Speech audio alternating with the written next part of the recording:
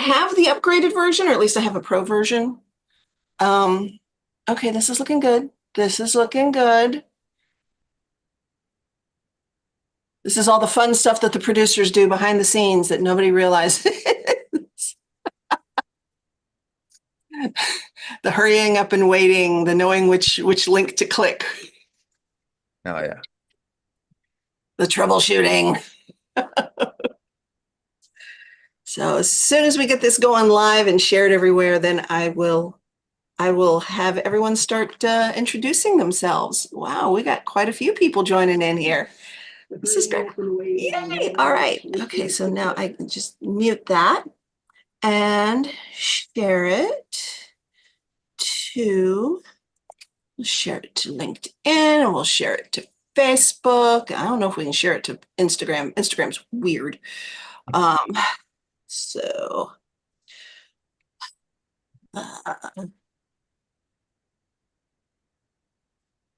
actually, no, I want to do this on. Really? Can I not do this on? All right. Well, fine.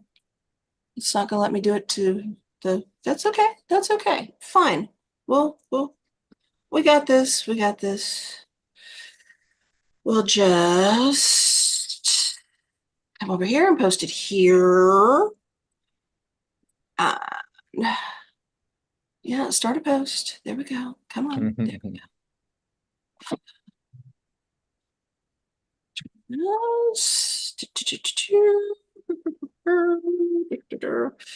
Okay. And back here. Yeah. Okay, come on. Here. Okay, everything has changed. I swear. Here's your new dashboard. I don't want a new dashboard. I liked the old dashboard. Okay, so that's on LinkedIn, and then Facebook.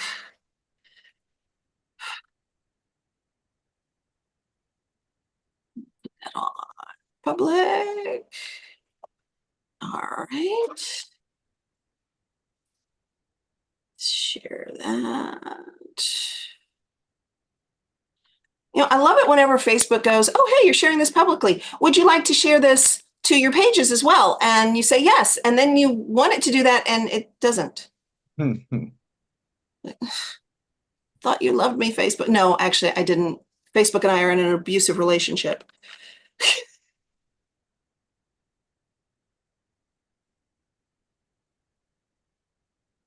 I think Facebook and everyone's in an abusive relationship, though, right? All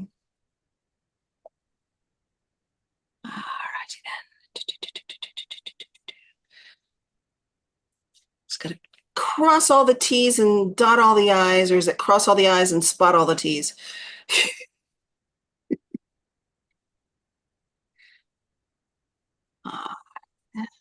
Okay, Dallas, what are you doing to me?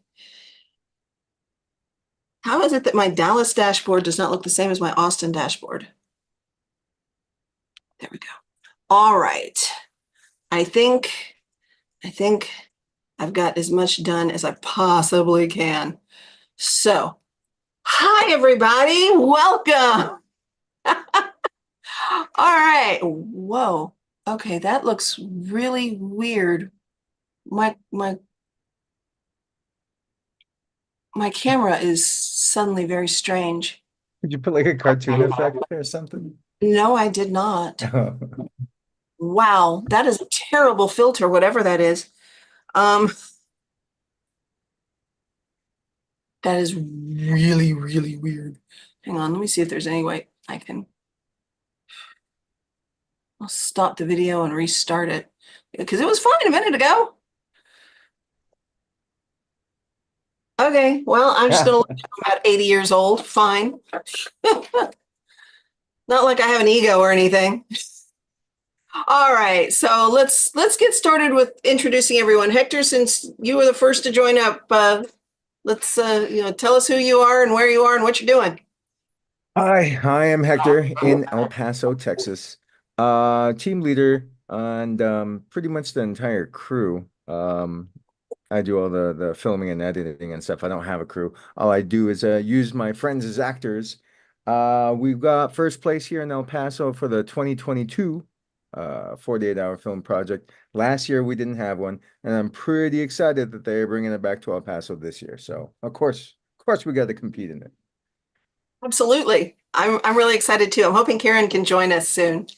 So Karen and I were friends in Austin when she lived here. And so once I knew that she was out in El Paso and they were looking for a city producer, I'm like, No brainer, huh? She's cool. Yeah, I met up with her a couple times already at the meet and greets here. yeah, she's great. I'm amazed at the things she's been doing. She's got so many sponsors. I'm in awe because it's hard to get sponsors in Austin. So, all right. Well, let's see. Next in line is Mario. You want to introduce yourself? Oh, I can't hear you. It doesn't look like you're muted though. Do you have a mic attached? Tell you what, we'll come back to you. If you need to, you can call in and use your phone mic. Tell you what, I will put the phone numbers in the chat. I'll just put all of the entire thing in the chat. So there we go. Come on. There we go. All right. So yeah, if you need to call in using one of those numbers, I know my co-producer Kara, a lot of times she'll have the video on muted, but then she'll use her phone as the voice because Zoom has gotten weird too. So was it Mari Vega? Yeah. Hi. Hi. Where are you from? I'm in Dallas. Excellent. Thank you for joining us. Yeah. Thanks. Have you ever been involved in the 48 before? I have not. Okay. Well, what do you do in Dallas? So this year I got onto the stage for the first time since third grade. And Nice. sold out all the nights after opening night. But under my CV for acting is that I'm a substitute teacher, and so I've had That a takes a lot lot of of, practice. yeah, that takes a lot of acting. My mother was a teacher. I know how much acting it takes not to, look like you're losing your mind. Right. Exactly. So I got some of that practice today, actually. So Excellent. yeah. Congratulations. Thank you. What theater were you in a production? So this was the production of one of the oldest running stage play ever, um, The Mousetrap. Okay. Agatha Christie's The Mousetrap, and I was Miss Casewell. Very cool. Yeah, so I got to play up my butch side, and I was the director encouraged me to dance while on stage, so I got to kind of fake flamenco, and it was really a great ensemble experience, and we had a great time. That's good. That's amazing. Well, welcome to our crazy world. Thank you. Uh, okay, so next in my line here is Kate Reitman.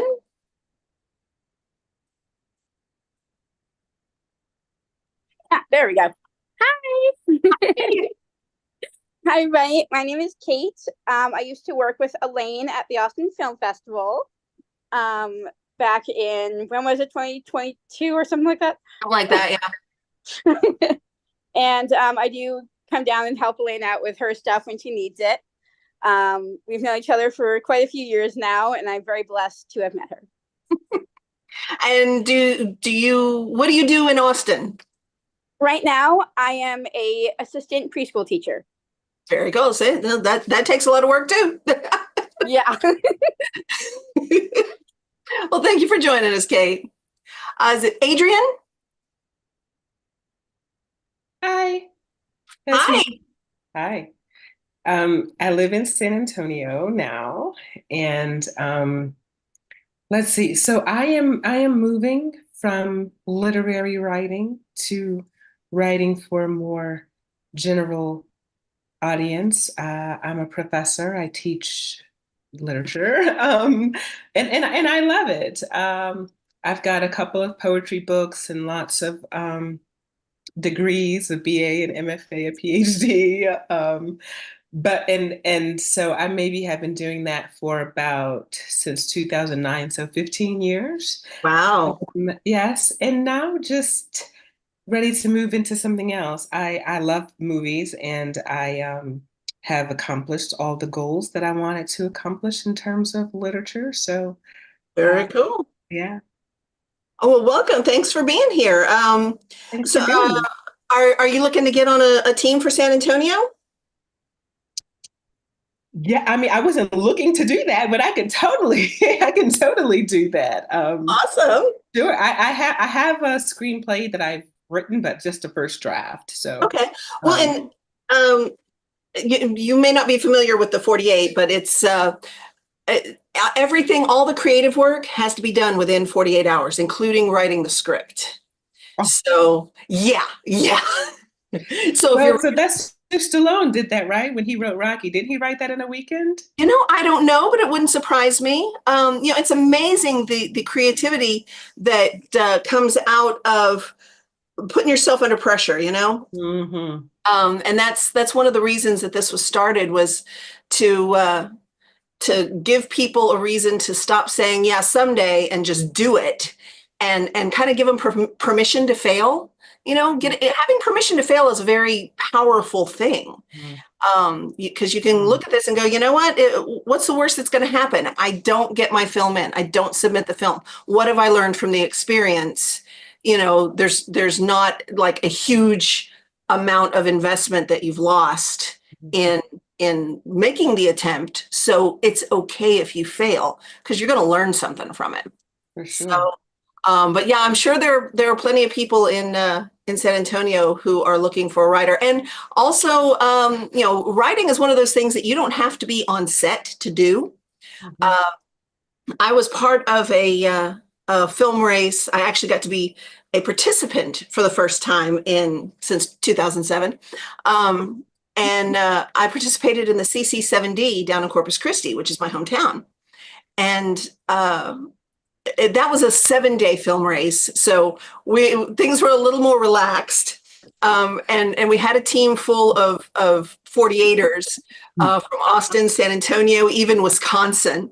And so we all got on Zoom and we started banging out a story. And so yeah, that's something that you can do long distance. So there might be people in El Paso who are looking for a writer too. So anyway, okay, let's see. Mario, did you manage to get in? I see an iPhone. Okay, all right, well, we'll move on. David Gardner. Howdy, everyone. Dave Howdy. Gardner. I am a unemployed video editor and videographer. I have participated in the 48 once before, many, many moons ago, here in Austin. And just looking to get back in the race. Very cool. Are you looking to join a team for San Antonio this year or this next weekend, or you just looking for more about Austin? Yeah, just really more about Austin. Okay. Yeah, this weekend would be way too soon. Gotcha. Not prepared for that. I understand. Well, as some of y'all may know, Austin is launching our genre project in September 20th. And the subgenres we're focused on are politics and comedy. And so that's, we're really looking forward to that because, in an election year, the way things have been going, the jokes write themselves, not to mention Austin being a blue dot in the midst of a Red Sea. The jokes have always written themselves here. So let's see. So next is Cedric. Hey, I'm Cedric Smith. I'm in San Antonio. I am a filmmaker, and this is my 7-year itch. I only participate in the 48 every 7 years because it stresses me out, but it's a good time. Well, excellent. And are you signed up for San Antonio already? Yeah, we're signed up already. Excellent.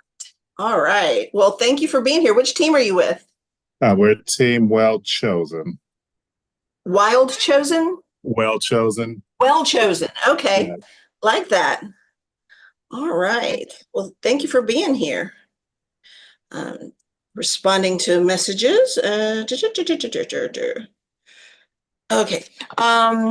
Next we have, oh, Karen. Karen is in the room. Ladies and gentlemen, this is the El Paso City producer, Karen Berry.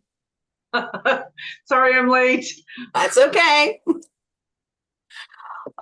Thanks for being here. How many teams we got signed up over there?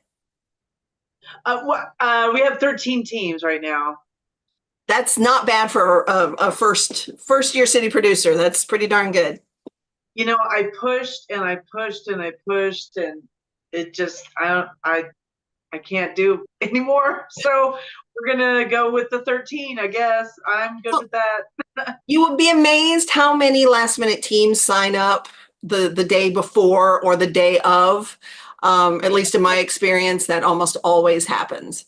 So and I know next year things are going to be even better. So yeah, you got this. You got this. It's going to be great. Yes. And as the years go on, I can add more stuff. I need to find my rhythm. Yeah. You know, so yeah. I hear that. Okay, I think next we had Rebecca.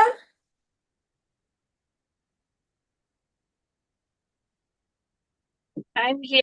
Can you hear me? Yes. Okay, good. Yeah, I'm actually driving right now. I promise I'm being safe. It's hands-free. Good. So I am doing the San Antonio Film Festival this year. My first, I guess, venture into the acting world was in last year's San Antonio Film Festival.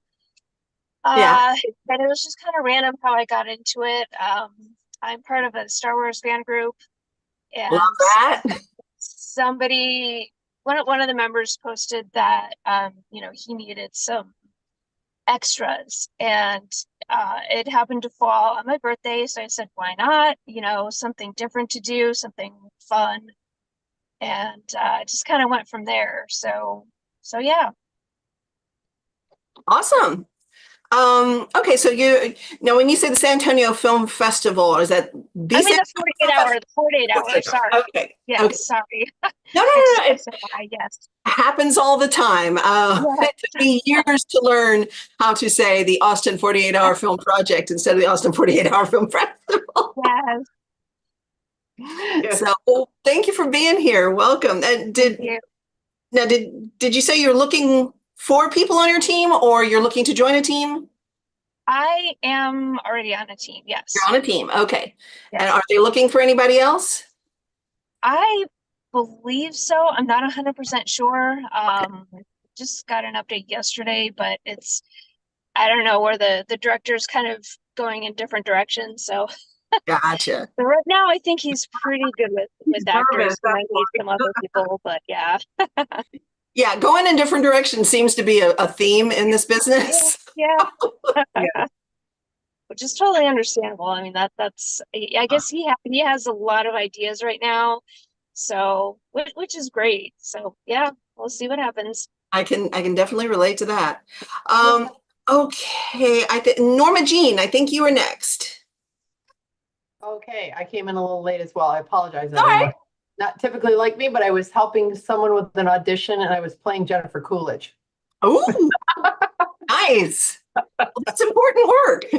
I know. Well, the guy was auditioning for commercials, those Discover series that she's been doing. Yes. So yeah, so that's what I was helping him with. Anyway, nice to see you all. I don't know if I know David Gardner. I think he's very familiar to me. I don't know if I know anyone else here. And Miss Harding, of course, I know who you are, but I float around, but not so much in person because I work for an airline, so I'm gone a lot. But Oh, nice. I recently had a boo-boo. So I'm home for a couple months. So just so everybody kind of knows a little bit about me, I serve as a member on our local Austin Houston board. I'm a member of SAG, obviously. Been a member since 2005. I joined AFTRA before the two unions merged, and I was in LA for about 12 years. I've been acting since I was 18, and that was about 40 years ago. And I'm pretty much classified as an over-the-top character actress, but I've been known to scare the hell out of people in, like psychotic roles and stuff like this. I do voiceovers.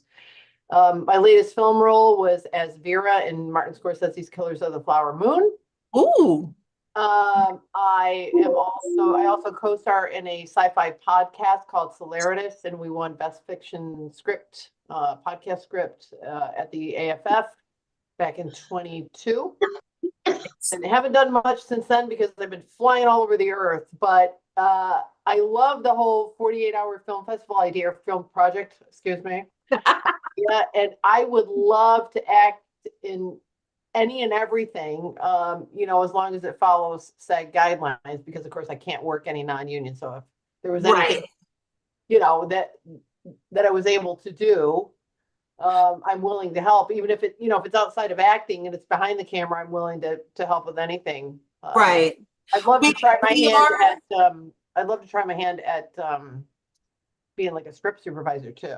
Ooh, we are SAG. We have an agreement with SAG, so we have special documents, and they love us, so they like to work with us, so they give us special documentation that will allow you to be involved in a non-union and non-paid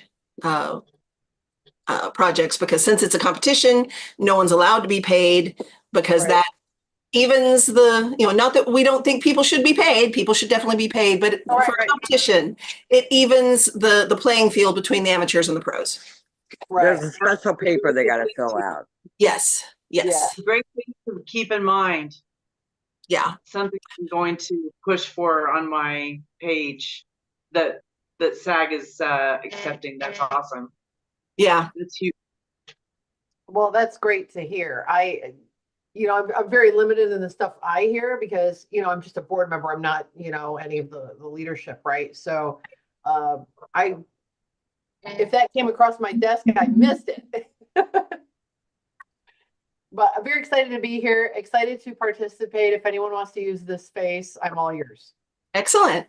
And did you say you're in San Antonio or Austin? I'm in Austin, South Austin. Okay.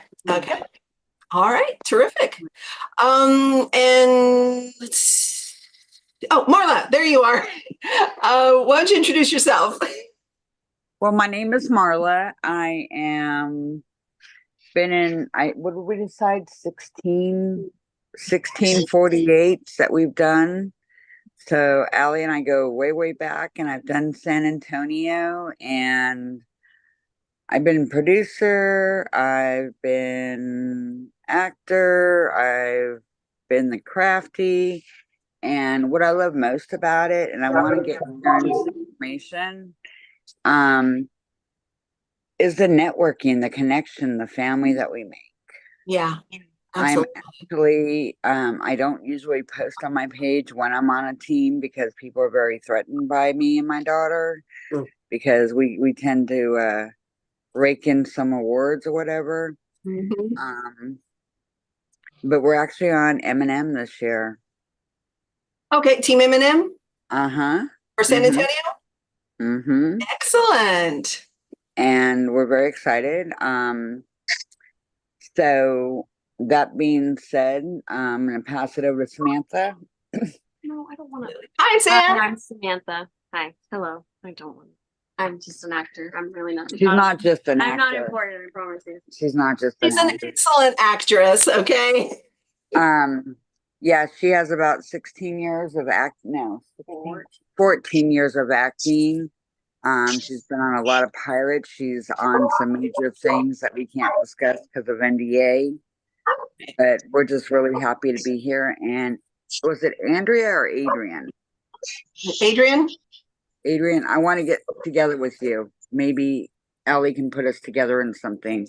Because I'm Oh, no. also, Y'all are more I'm than welcome to drop any contact information, any social media tags, etc., in the chat. You can either send them publicly or you can send them just to me, and I will. I'm not savvy like Samantha, so I'm giving you permission to give her my phone number. Just let me know it's her. But Okay, because I'm ready, Ira. I'm also near San Antonio. We're currently in Marion near New Braunfels. So I'm just happy to see you. You and I need to go out. Yes, we do. Sushi is We need- calling our name. Yeah, especially since Sammy works at a place, right? There But you go. Awesome. Mario, did it look like maybe you got your microphone? Yeah, can you hear me now? Yes. Yeah, I'm based in San Antonio. I've done several 48-hour project as a crafty producer, production assistant. And Very right cool. now I'm working on a short film. I'm the obnoxious homeowner.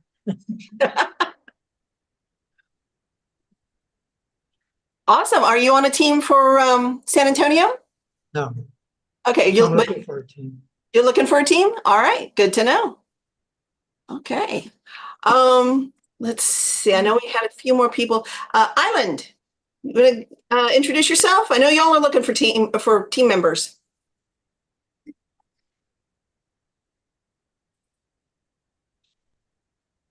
Can you hear me? Yes. Hi, my name's Island. I'm currently residing in Austin, Texas, but I am in a group for the San Antonio 48. Awesome. What crew positions are you still looking for? Honestly, just script supervisor now. We finally was able to find makeup artists. We got PAs. So right now we're just looking for a script supervisor.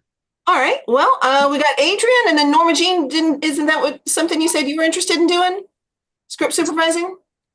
I'd love to. I've never done it. It's something I would love to try. All right. Well, we got two options there. We got Adrian and we got Norma Jean. So nice. Let's see. Okay. Who else? Okay, Alyssa Ochoa.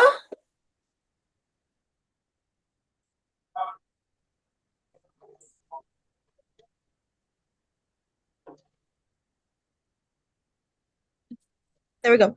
There's my unmute button. Hi, everybody. I am so sorry. I was coming from the gym. I have another event, so I'm doing my makeup right now. So I was like, I'm going to get off camera. Can you guys hear me? Yes. Okay, perfect. So my name's Alyssa Renee. If you guys want to find me on social media, that's how you will. I have never participated in a 48 before. I'm actually interested in being a city producer for the Rio Grande Valley. So that's something that we're in the works talking about. I'm super excited. And yeah, I mean, as far as movies go, started as a PA. I'm sure we all did. And now I'm a producer, working on some things here locally, trying to make a little Hollywood here in the Rio Grande Valley. Excellent. I've heard some amazing things about the border for creativity. I've never been, though. I want to go. I grew up in Corpus Christi. I have never been south of Corpus Christi. Well, I will invite you all to the premiere that I'm going to have for my show, Black Clown. You guys, a humble plug. It's already on Amazon, Roku, Tubi, but we just shot the next 2 episodes here in the Valley, and we're going to have a premiere September 26th. I'm saying that so preemptively because nothing is really planned, but when everything gets solidified, I will let you guys know, and then maybe you can make a trip down to the Valley. I would love that. That would be so awesome. All right. Perfect. Nice meeting you all. Well, thanks for joining us. Okay, well, does anyone have any questions? Does anyone want to tell any funny stories about being on set? Talk amongst yourselves. Oh, Karen, I had a question. Oh, hey, Hector. Hey, hi. Hey, is the premiere and the awards the same day? Because I did notice. No, they're 2 different days, right? I'm gonna do an awards and a best of. I was just discussing it with my with the editor just found an editor today. So yeah. So We're gonna the premiere is going to be on the 7th at the IMAX, right? Right. At, And then Bash- okay, and then the awards the next day, on the 8th? that's yet to be announced. Oh, okay, I- okay. All right. I haven't so I'm just ironing out that part of it. This whole process has been definitely a learning experience. And I'm just really focused on getting through the kickoff. So and then I've got like a 2-3 week break until the premiere screening, and then yeah. Okay. I'm gonna All right. schedule the awards separately. I'm just now working that part out. It has been monstrous getting all of this set up, and the sponsors and the announcements and meet and greets, and it's a lot. I just started in May, mid-May. Yeah. And then we weren't running last year, so Karen, trying to get this thing off the ground is a lot of Yeah. Karen, I gotta go make dinner for my family, but if you want me to judge, I'm She's happy to do that. Okay. Well, thank you very much. But I already have all three of my judges selected. Okay. And I've been running a piece on my judges. Everyone I chose is very well connected in the El Paso film industry. Okay. They're leaders in their field. I So was on Happy Days, so whatever. No, I'm kidding. But I was Thank on you Happy very much for offering. Oh, not a though. problem. Not a problem. I enjoyed meeting everybody, but I gotta go feed a family. Yeah. So, call Nice me later. meeting you. A Bye. family of actors, no less. She's got a brood and they're all talented. I have a question. Yes. I have many questions actually, because I've never participated in this and I have no idea what to expect. So, now that I've kind of, put my, what do you call that? I don't know. Put my carrot out there. Yeah, that. Thank you, Adrian. What can I expect? So if somebody contacts me, they say, okay, Norma Jean, do you want to do this film? It's about da-da-da. And I say, yes. Then we film this within 48 hours of start to finish. Is this the idea? Am I Generally, what happens is, so the teams get all of their information on Friday night at or around 7 o'clock. And that includes a prop, a line of dialogue, and a character. And then each team gets a pair of genres that they can choose between or they can put together.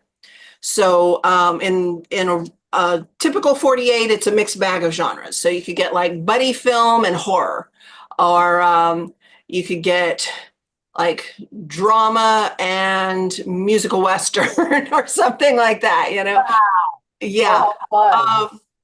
Now in the upcoming politics and comedy, which I keep wanting to call political comedy, but it's not political comedy, it's politics and comedy. Right. But in that one, you're going to get one political subgenre and one comedy subgenre, and you can choose to make a straight comedy, straight politics film, or put them together, which is really what I'm hoping people will do. But yeah.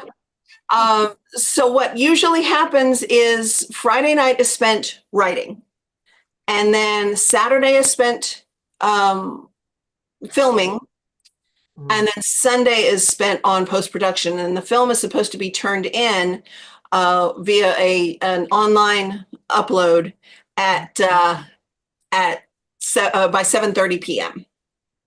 Okay. Yeah. Got it. So, and that's the general template, but every team is going to be different and every experience is going to be different. There are going to be times whenever you think you've got everything in the bag by 7 p.m. on Saturday night, and then you realize you have to redo everything. So, it's just, you never know. Be ready for anything. Chances are You will not be presented with a, this is a story about, now write it. Chances are you will be part of the, what is this story about? Got it. Got it. So This anyway. sounds like the fun I thought it would be. Yes. And folks, we have Philip Nelson, our city producer from San Antonio. Philip, have you met Karen? Karen, how's it going? Where are you? I'm really good. How are you doing? Are you Nice in to our meet are you in our competition this year? No, she's El Paso city producer. Oh, that means you know what, Karen? You earned my respect. And you know how you did that? How's that? Your judges' posts. Oh, You did a great job on introducing your judges. And I was like, dude, this lady is a stud. That's what I thought immediately. And welcome to the 48-hour family. And Aline is she's the queen of all of us because in San Antonio, I build TV studios for a living and I'm busy doing all this crazy stuff. And Aline is like always the cornerstone of Texas. Oh, thanks. And because dude, I don't know how you do it. I really don't. I'm crazy. No, It's almost like you're Martin in Little Shop of Horrors. No, just kidding. I have wanted to be involved in, I fell in love with filmmaking when I was 12. I had no idea what filmmaking was, but I knew I wanted to be a part of that world. And it took me years to figure out exactly what that world really was, beyond just what was happening on the big screen. And there wasn't a lot of opportunity for a teenage girl to get into that, to learn about it. And I realized a lot of that was just, it was the 80s. And technology has changed things and it's a lot more accessible now. But even so, trying to find out information about it that is anything but, oh, you don't want to do that, it's still hard. And especially in Texas, people are like, oh, well, that's a California thing. And so I guess I've kind of made it my life's goal to, David, thank you for joining us. Let me know if you need any help, getting connected with anybody. All right. I appreciate it. Thanks. Sure thing. Bye, y'all. Bye-bye. Bye, David. Nice to meet you. So yeah, I want the film industry to be more accessible for 12-year-old girls who come out of a Star Wars film having seen it 9 times in the theater and having fallen in love. I want to make it easier on them. And I really think that the 48 is good for Texas in that way because it does make filmmaking more accessible to everybody. And I've been involved in this organization since 2013, and it's just been a family. It is a family. It truly is. It really is. And you're coming to Filma this year, right, Phil? Where is it? Seattle. Okay, I may be able to make that one. Okay, good. I'm about to start training on a travel agent job, and from what I can see, it looks like I might be able to get people some really good discounts. So you're going to be the princess of Texas in travel and 48. I'm sure going to try. So I have a question. So I know we got a couple people, we got a bunch of cool 48 friends on the call. Yeah. Is anyone on the call for competing next weekend in San Antonio? I know Island is. She just left to go make dinner. Oh. Yeah, Marla's on the team, I believe. Yes. I might be if I think I've been invited and we're going to see how that works. So your name's Adrienne? Adrienne, like Rocky's wife. Oh, Adrienne. So okay, good. So which team are you talking to? I don't know. I've talked to two people on the line here who have sent me emails. I put my email in the chat. You weren't here when I introduced myself, but I was just saying I live in San Antonio and I'm coming from the literary writing. I've got a MFA and a PhD in writing, and Whoa. I've been teaching for 20 years, and now I'm just moving from the literary crowd Where to do you teach? I teach at a school called Pacific University in Forest Grove, Oregon. So I teach online. Oh, wow. Well, we need big thinkers in the 48. So welcome to the club. Thank you. So I'm next excited weekend to is be going to here. be crazy in San Antonio. And I think in El Paso next weekend as well. Yes, it is. Yes, it is. And you know what? If you weren't like 10 hours away, I would have never booked San Antonio the same weekend. You know, because I mean, most of my members wouldn't drive 10 hours and your members won't drive 10 hours. But if I book my weekend the same weekend as Austin, then Aline is going to come punch me in the face.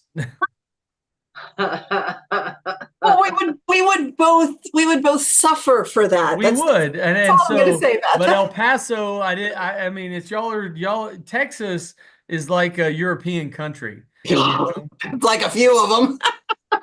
But for the guys, for the cool 48 friends that are on this meet and greet mixer awesomeness, and thank you, Aline, for setting it up. Absolutely. One of the things that I'm really striving for in San Antonio, and I can already tell you've done this in El Paso, is upgrade our judging. Because if you're going to work, I always tell people when they show up on Friday night that it's like running a marathon. I have a lot of friends that run marathons, and it's like, it's not about winning the marathon many times, it's about finishing the marathon. And the fact that you wrote, directed, edited, and delivered a film in 48 hours puts you in that crazy category of gluttons for punishment. It really does. And so just delivering your film on time is a massive victory. And then if you win, it's even it's icing on the cake. But the cake is finishing. The cake is getting all your paperwork in. The cake is shooting a great film that the audience likes. So like last year in San Antonio, we had a team that did not win the competition, but they were like 30% above the judges in audience vote. Yeah. And so it was really cool because I was like, guys, this audience, you had people on your team vote, but you can expect everybody on your team to vote for your film, right? Mm-hmm. But when you get like 3 times more vote for you to get the audience award, that is almost as exciting as winning the top spot at the 48. I've had teams that were like, we would have liked to have won best film, but we got audience award, and that's even better. So, especially when it's 3 times the number of people that worked on the film. Exactly. It's actually other teams voting for you. Yep. And the film that won was by a team called, dude, this is really funny. It's called 2 Cameras, 1 Prop. Now, if I see anybody in the chat laughing, that means you're a warped human and we can be friends.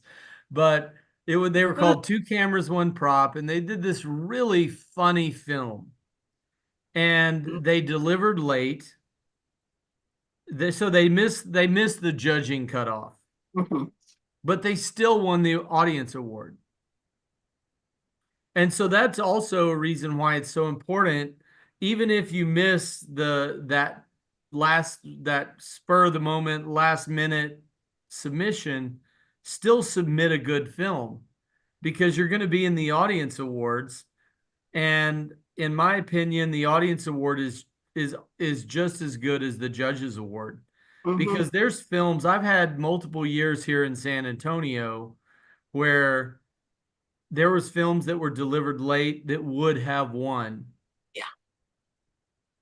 But they were too paranoid to submit early.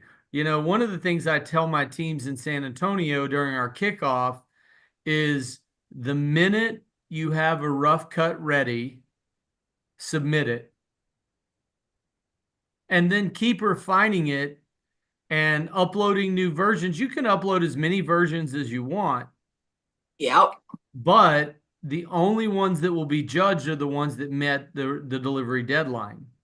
Mhm. And then after we take all the submissions, I actually reach out to the teams and I ask them, I was like, which film do you want to screen?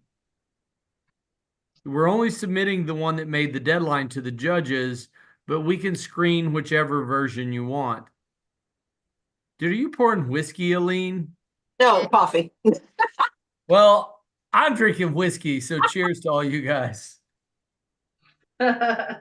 Cheers.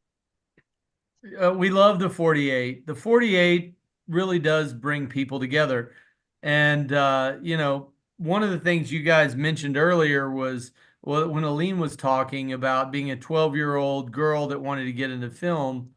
One of my most exciting things about the 48 is we have a team that's competed for probably 8 years.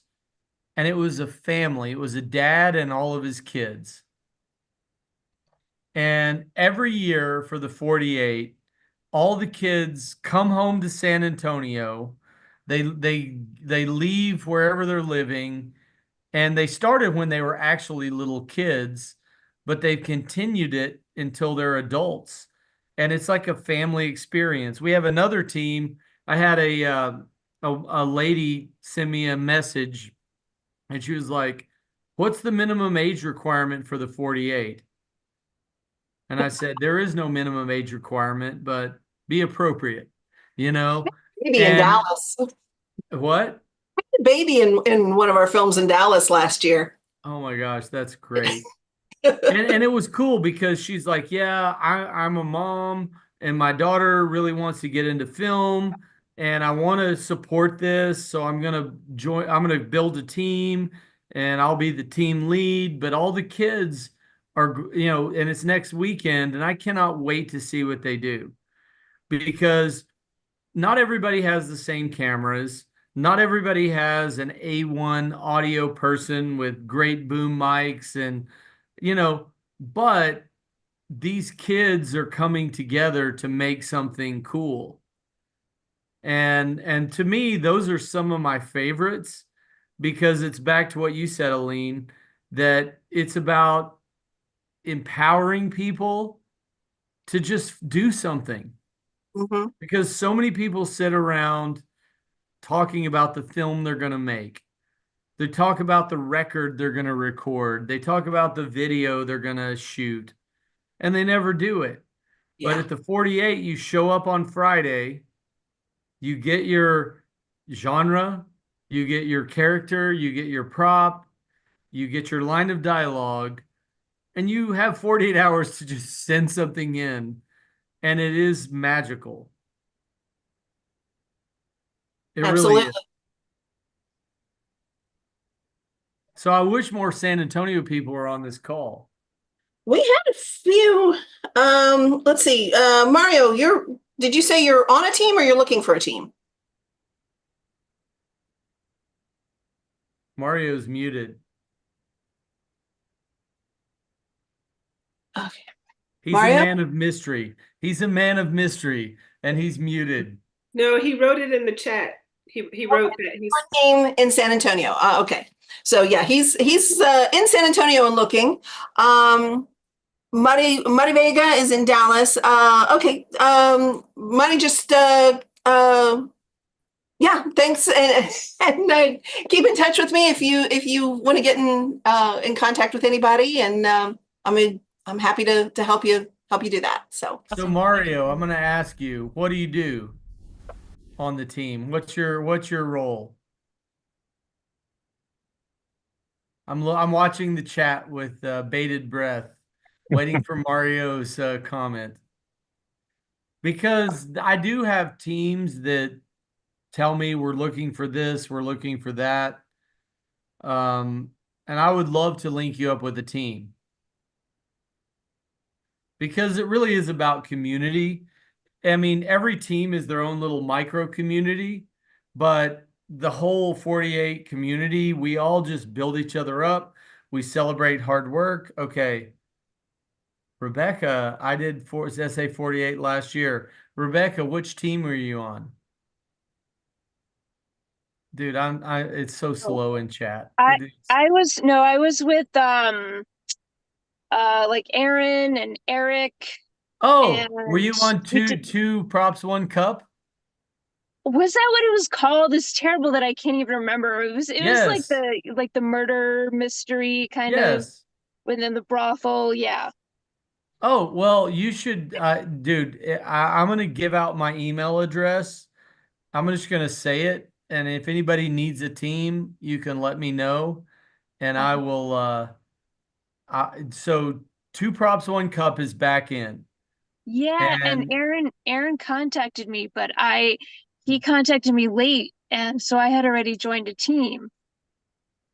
Oh, you're already on a team in San Antonio? Yes. Oh, great. Well, you're not out. You're in the inner circle. That's what Yeah, matters. yeah.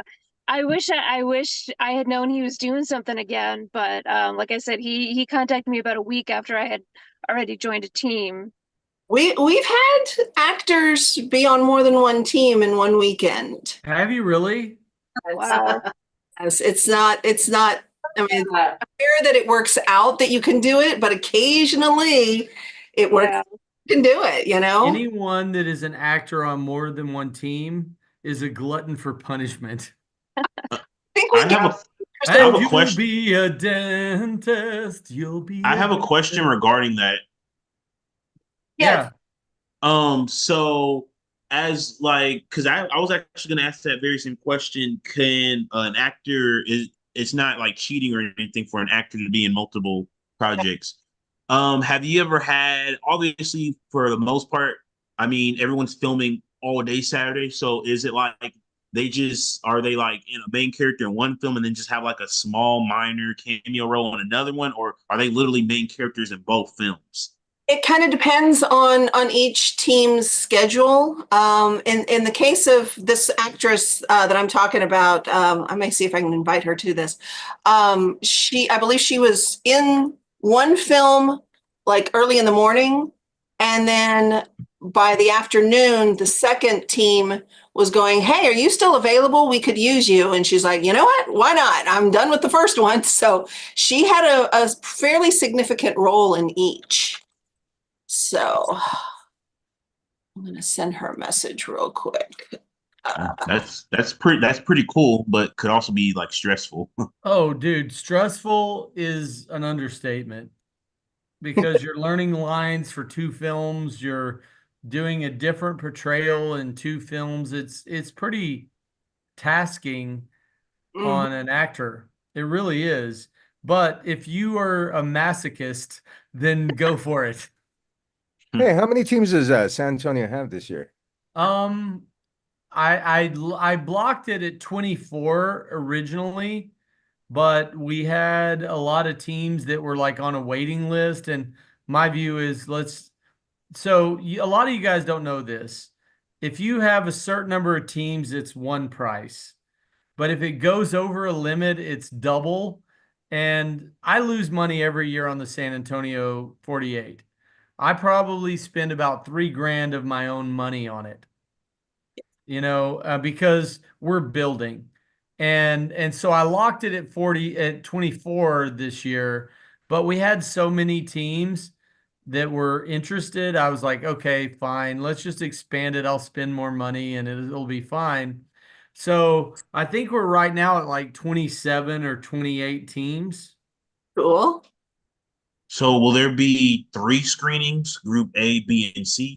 So I kind of annoy people at 48 National. Aline is annoyed by me too.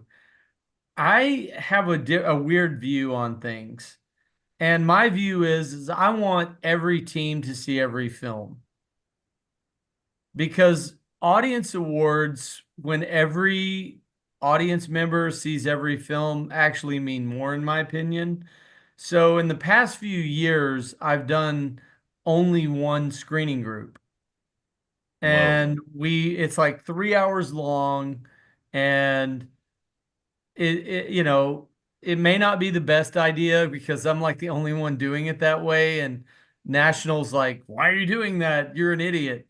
So, but this year I'm actually in talks with Santikos, because they do have a nonprofit arm, and it's a money loser for me, but it's important because I feel like the 48 is one of the most important community building events in the San Antonio film community that we have. Yeah. Because it's all about celebrating everyone. We truly celebrate every film. And so if I end up at Santikos, and I'm trying to lock it down in the next like 10 days because I want to post the screening dates.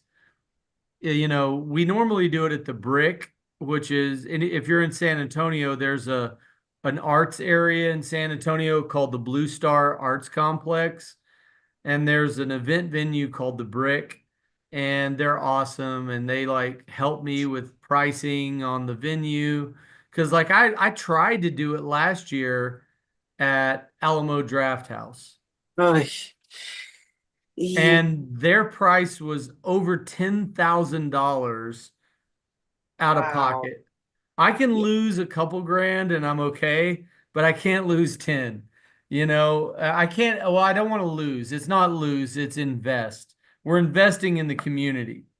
But the Brick is always super cool. So that's my backup plan for the San Antonio 48. Because anytime I call them, they're like, yes, when do you want to do it? And they're super sweet, and they're a nonprofit, and they just want to promote arts in San Antonio. And they have a bar, and it's really cool. Aline, you've been there, it's a cool spot. It is. My only complaint is I wish they put some felt on the walls, because I realize that, why they call themselves the Brick. Because it's all brick. It's all brick, but that doesn't do it doesn't do the acoustics much good. If they put a few bricks or a few bricks of felt on the walls, I think that would be even better. Well, so their sound system isn't the greatest, but what I do is I have a friend who's a DJ. And so when we do our screenings there, he brings in subwoofers and he brings in supplementary speakers, but it is a very reflective venue. Yeah. And so that's why I'm talking to Santikos. I would love to do the screenings and the awards at Santikos, but this year in San Antonio, I'm kind of thinking it would be really cool to do the screenings at Santikos in a proper movie theater, and then we do the awards at the Brick. That would be great. That's where I am in this competition year. Because to me, the awards, we've all seen the films, and we want our friends and family to see them, and they usually come to the screenings. But at the awards, it's about celebrating excellence. It's about, highlighting these people that just blew our minds in the competition. Yep. And we're all rebuilding after the pandemic. After COVID, it's like all bets are off. Oh yeah. Filmmaking, and then there's the politics side of it. And there's people that might not be what because they're ingrained in the fact that they think that it's all like rapists and murderers coming over the border. But what you did would kind of like highlight the fact that no, it's not all bad people that come over. People just need a chance. So I like that angle that you're helping give them a chance. So that when it comes to the filmmaking side, I'm thinking, let's make a documentary and then take it to film festivals, big film festivals where the money is, to turn it into an actual movie. Bad plan. We have had a few more people join in, so let me, let's see. I believe Patricio, are you still here? Patricio's on your team, is that right? Patrick is yeah, they had to hop off. Okay, I'm so sorry. I wanted to get them to be able to introduce themselves, but okay. So then we have Sup, Chaz. What's up? I'm from Boston, Maryland. um, And I do my Chaz. measurements. And I do sorry. Alyssa, are you talking to us or are you talking to somebody else? It's kind of hard to tell. There's some interference. It's like Barney USA. So you see the movie? It's us upstairs. So what you movie? You gotta see it. Barney USA. So once you see it, you guys want. Okay, there we go. So Chaz, introduce yourself, please. And then we'll get to Stephen. I'm Chaz from Austin area. Recent graduate of Texas Tech. Political science major, ironically, along with being an actor. So this is my territory, ironically. Nice. And that's about it. All right. Well, welcome.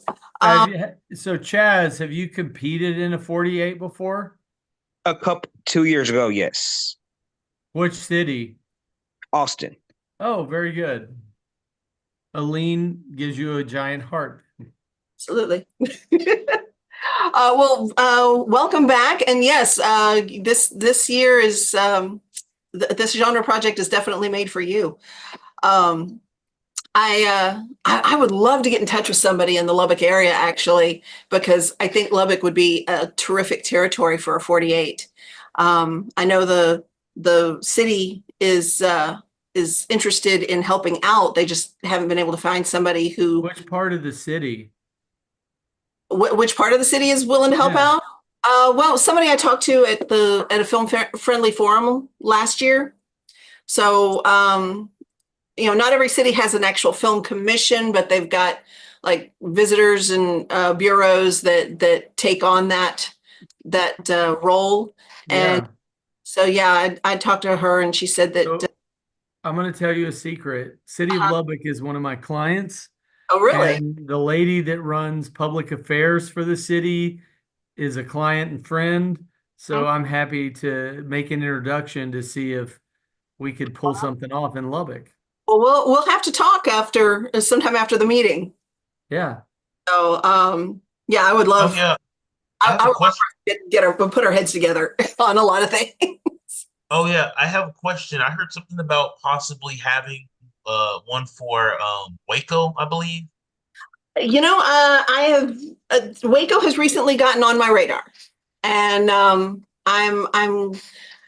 as soon as I have a working vehicle again, I'm going to be doing some reconnaissance and see if that's a possibility. Because I realize, San Antonio and Austin are 73 miles away from each other. It's a little over an hour's drive, in good traffic anyway.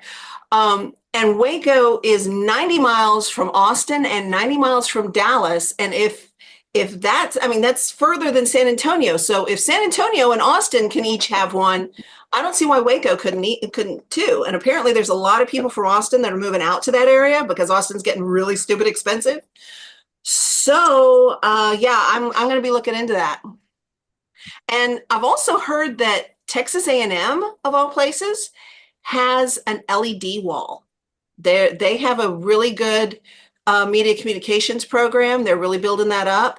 I've met a lot of graduates from their program, and their talent blows me away. I've met them here in Austin and in Dallas and in other places as well. And A&M is cranking out some real talent, and they're investing in it with that LED wall. I don't even think UT has an LED wall. So now I'm looking. Wow. I'm going to add something. Lucasfilms recruits from A&M's architecture department because the architecture school at A&M pumps out visual effects people. Wow. And it's like crazy. I have multiple friends from A&M that went through the architecture program, and they gravitated towards visual effects, and they have all the tools there. So they're learning this. And then next thing you know, they're working on Star Wars, Man, if I'd only known that when I was a kid. Yeah, at 12 years old, you could have said, I'm applying to A&M. Well, I've applied to A&M twice. That was my dad's school. That was my mom's family school. My dad grew up in college in the Bryan, Texas area. I've got relatives galore, and I used to live in Bryan College Station. But yeah, the first time I applied to A&M, I was a homeschooler with a GED, and at the time they were not allowing homeschoolers in. And then the next time I applied, it was just bad timing. I had just done a Texas Fresh Start thing because in my early 20s, having been a homeschooler, I had no idea how to do the college thing, and I had terrible grades. And some of those were just because I broke my foot during one semester. And that was the year that they were really cracking down on people being late to class. If you were 5 minutes late, they took points off your final grade. And I'm like, I have a broken foot. I'm trying to get to class as fast as I can. They wouldn't give me a handicap sticker for my car because you had to be permanently handicapped at the time. And so I was late to every class, and I got D's and F's across the board because I was handicapped. And That's not good. It's not good, but that was the 90s. So when they did the Fresh Start program, I'm like, you know what? I can wipe all of these bad grades that I didn't earn off of my record. And immediately I was an honor student. But at that point, I didn't have enough credits to get into A&M. Oh, brutal. So I noticed in the chat, Norma Jean said, does San Antonio need any more actors? I would say yes. And Okay. do you follow the 48-hour film project San Antonio Facebook page? I don't know if I am, but I can certainly. You need to follow it. And if you send me an email, I'm going to do an email to all the teams later this week and say, do you need, anybody that emails me and says, I want to do this on a team, I'm going to do an email and just say, hey, here's some team members that are available because, everybody needs help.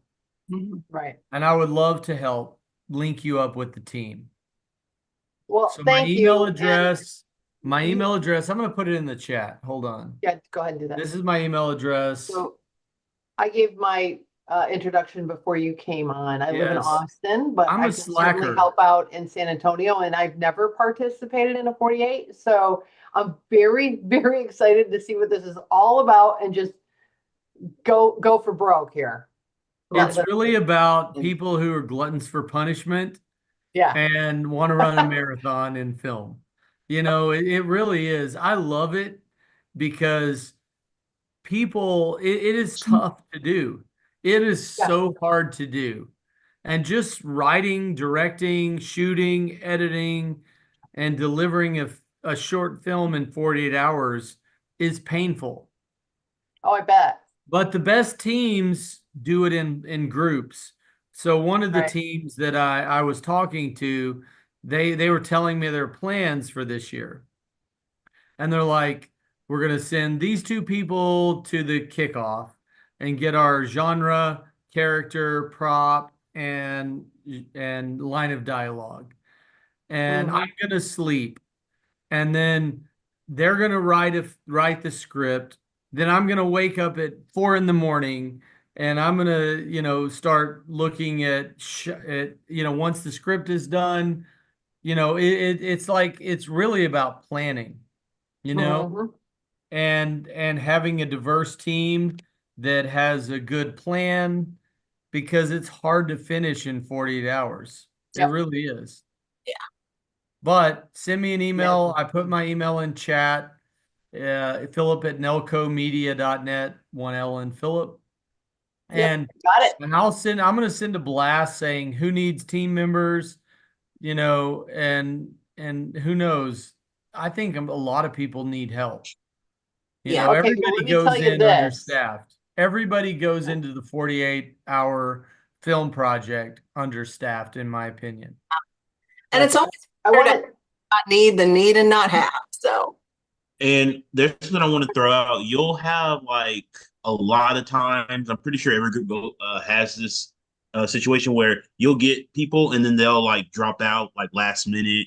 And say, Yes. hey, yeah, I can do it, and then a week or even worse, the day of, oh, yeah, I can't do it. Yeah. Norma Jean, yours. Yeah, sorry. I was looking for the hand raised in the software. I can't find the darn thing. Anyway, because I'm old. Just FYI, Philip, my left hand is in a cast. I don't know if that makes any bit of difference to anyone. It's coming off on the 22nd. Well, you know what? I have a chauffeur. I'm not allowed to drive, but I do have a very good chauffeur. You know what's really cool about the 48 is your hand's in a cast, and if you're in a team before they get their genre and all the requirements, sometimes people write those things in, Well, and it that's what I becomes a figured, yeah. benefit for the film. I'm a cast member. I got a pink cast. Who needs someone with a pink cast? You know, Yeah, that, right here, is buddy. that true? It's like, because we're all bobbing and weaving. Every team is bobbing and weaving. And it's like you look at your strengths and weaknesses and you focus on the strengths. And it's like, oh my gosh, dude, a mafia guy broke my arm, you know? And you never know how that would translate to a script. I think I could even get my surgeon to watch it. He's got my money. He might as well watch my damn film. That's amazing. We need more surgeons watching because they may donate to help us do this. Well, you know what? I think he might even, you know, I guess we talk him. He likes me, I think. Even better. He better like me. He better. Hey, Philip. Yes. I know for the competition, there's like awards. Are you allowed to reveal what kind of awards? Well, there's certain awards that are definite, you know. So National sets certain awards, which is like best film, best actor, best actress, best, you know, best script. If there's a lot of original, there's some flexibility we have because I've done years where no one does original music. You know, but some years you have a lot of people writing original scores for the film. And if we know that as a producer, a city producer, we definitely want to acknowledge that. Yes. But I got in trouble one year for doing, because as city producers, we can create awards that we want. And Aline, did you get mad at me for this one or was it somebody else? Remember, which award was it? I did an award that I called Pimp of the Year. Pimp of the Year? Do you remember that? I don't, but no, I wouldn't have gotten mad about it. So I will give you some backstory. I'm a huge fan of I'm Gonna Get You Sucka, the movie by the Wayans brothers. I love it. I think it's genius. And I don't believe it could be made in 2024.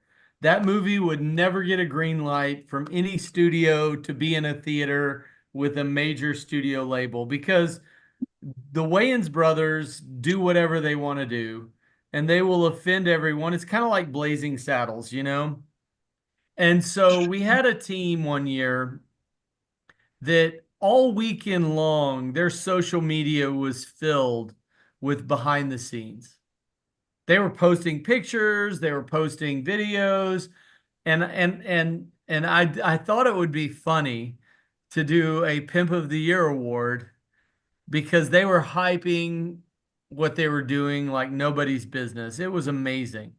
And it was Stride Studios from San Antonio, which won the best film that year. And it was a science fiction film, was their genre. And it was so well done. I don't think anybody could have ever guessed it was done in 48 hours. But they also had someone on their team and they said, your job is to take behind the scenes photos and share them and tag 48. That's one of the best things that can be done. I mean, that's helps us tremendously. It does. And so they did it all weekend. And so I created an award called Pimp of the Year. And so we go into the award ceremony and I'm like, all right, we have a special judges award that's called Pimp of the Year.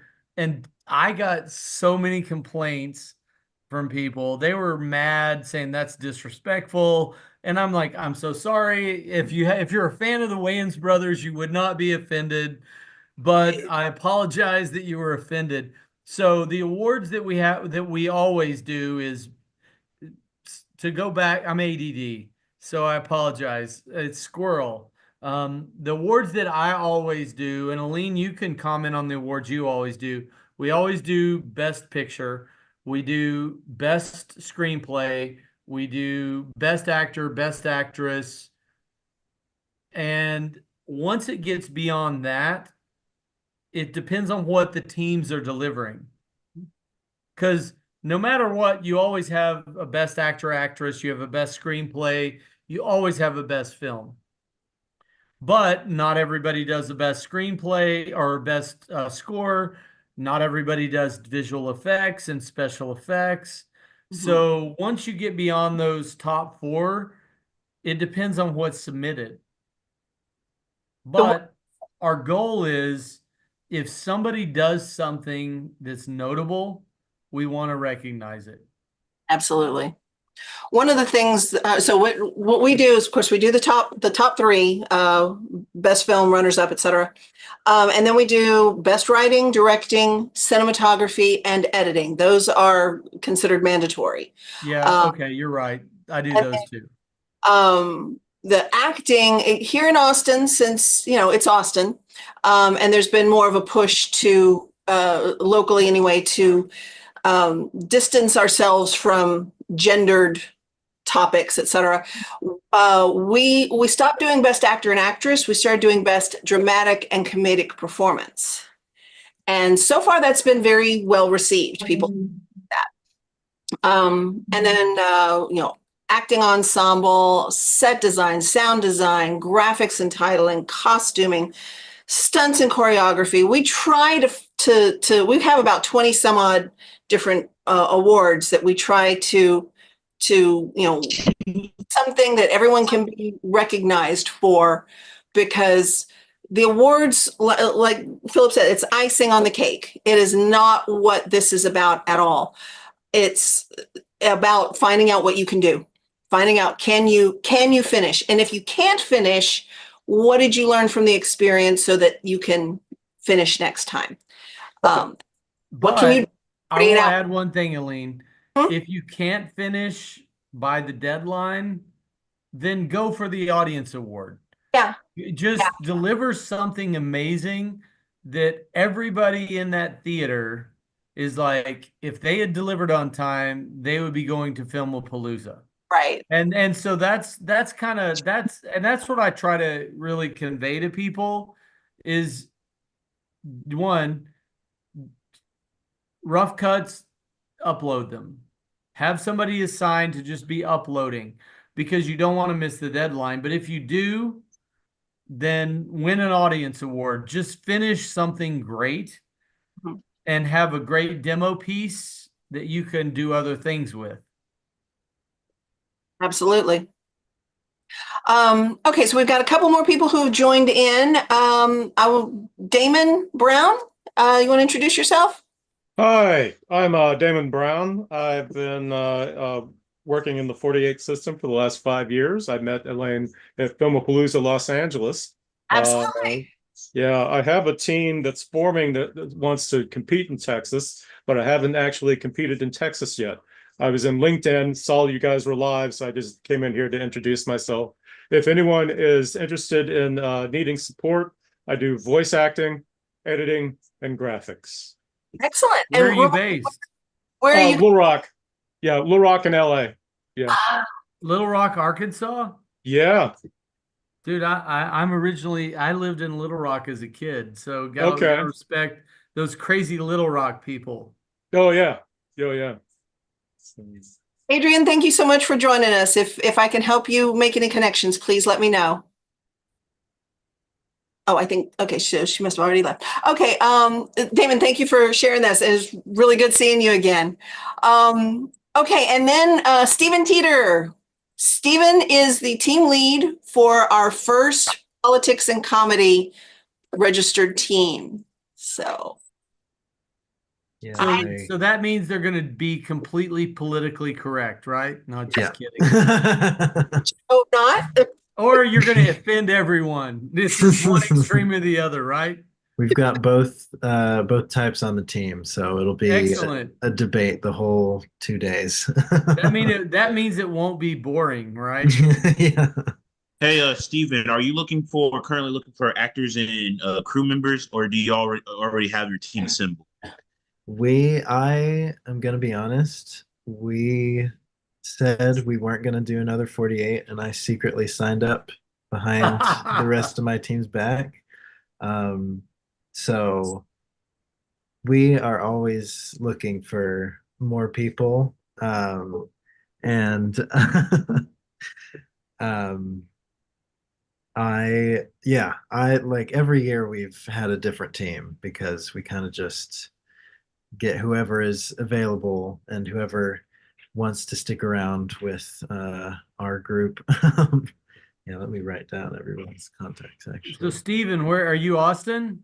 Yes, yeah, we're in Austin. I noticed you were about to play some ukulele for us. Oh, yes. Yeah. He was Yeah. about to bust out some live music to entertain you all. Yeah, and so I think this will be our sixth one we've done. We somehow managed to get into Yes We Can last winter, and that was a really cool experience just to see like international films and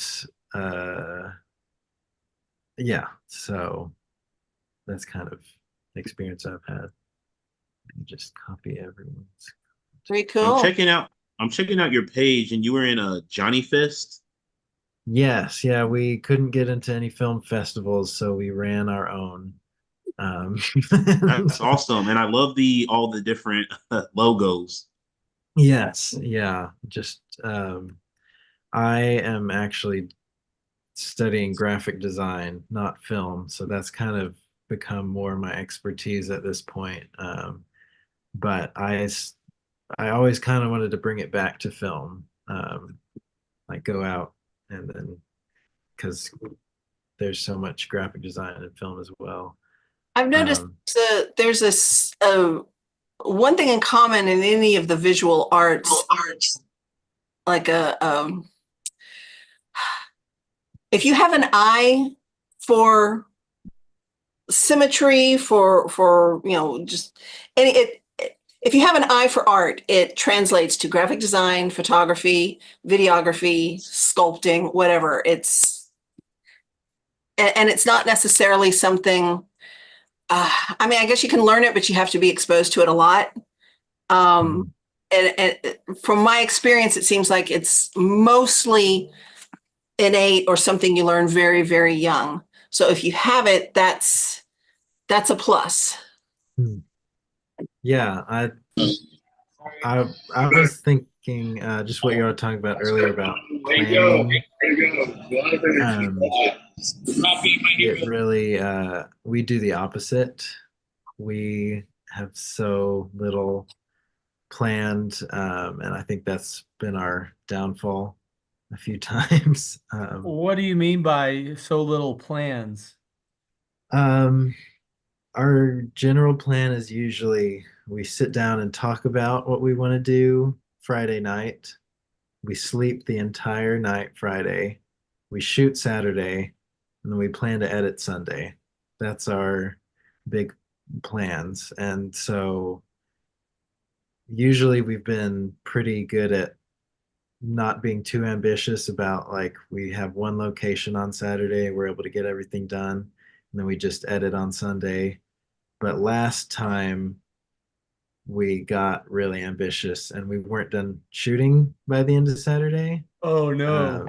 And so it was sounds painful. Yes. That's why we kind of swore to not do another one. So are you trying to do like one location this year? We'll see, because it's always like we had planned actually to make this one as easy on us as possible, but then we just got this idea and it kind of took over, and it's like we have to go all out on this one. You know what? When you get a crazy cool idea, you have to go for the brass ring. You really Absolutely. do. Yeah. And sometimes you miss the brass ring, sometimes you hit it, but you all can walk away doing, with the attitude of, dude, we went for it. Yeah. And I respect that. That's why the audience awards are so important. Yeah. It's like we've had, like last year, like I was mentioning earlier, we had a team that missed the deadline, but they're like, you know what? We went for the brass ring. We didn't hit it, but we're still going to finish this film and make it awesome. And we're just going to win the audience award. And they did. And you got to just pat yourself on the back and say, you know what? Everybody in that room knew that if we had made our deadline, we'd be at Filmapalooza. Yeah. Yeah. So there's no loser in that. It's just about what you could pull off. Yeah. And we did end up getting that one turned in at 5 a.m. the next day. So we came away with a film, and I think that was it ended up being the favorite that we've done so far. That's the biggest thing I like about 48 is it is the only films we've made in the past 2 years, pretty much. Really? Yeah. You can So always take those and play with them and put them in other festivals, and they have an entirely different life of their own. yeah. We love seeing when our filmmakers win awards in other festivals. It does us favors for our filmmakers to put their films in other festivals, because it gives us some publicity as well. And it's all good for everybody. It's a win across the board. Yeah. So love to see that. Hey, who won last year's Filmapalooza? Do you remember? Lisbon's. Oh, it was Lisbon. No, I mean, it was them? It was Lisbon? Yeah. It was the How Lisbon. convenient. They were, yeah. I remember. I don't remember much about the film, but I remember that they were just super hyped. I think it was the first time they'd ever won Filmapalooza, that Lisbon had ever won Filmapalooza. So it was pretty cool. I'm just jealous that I wasn't in Lisbon. I couldn't be there, and Aline was posting pictures.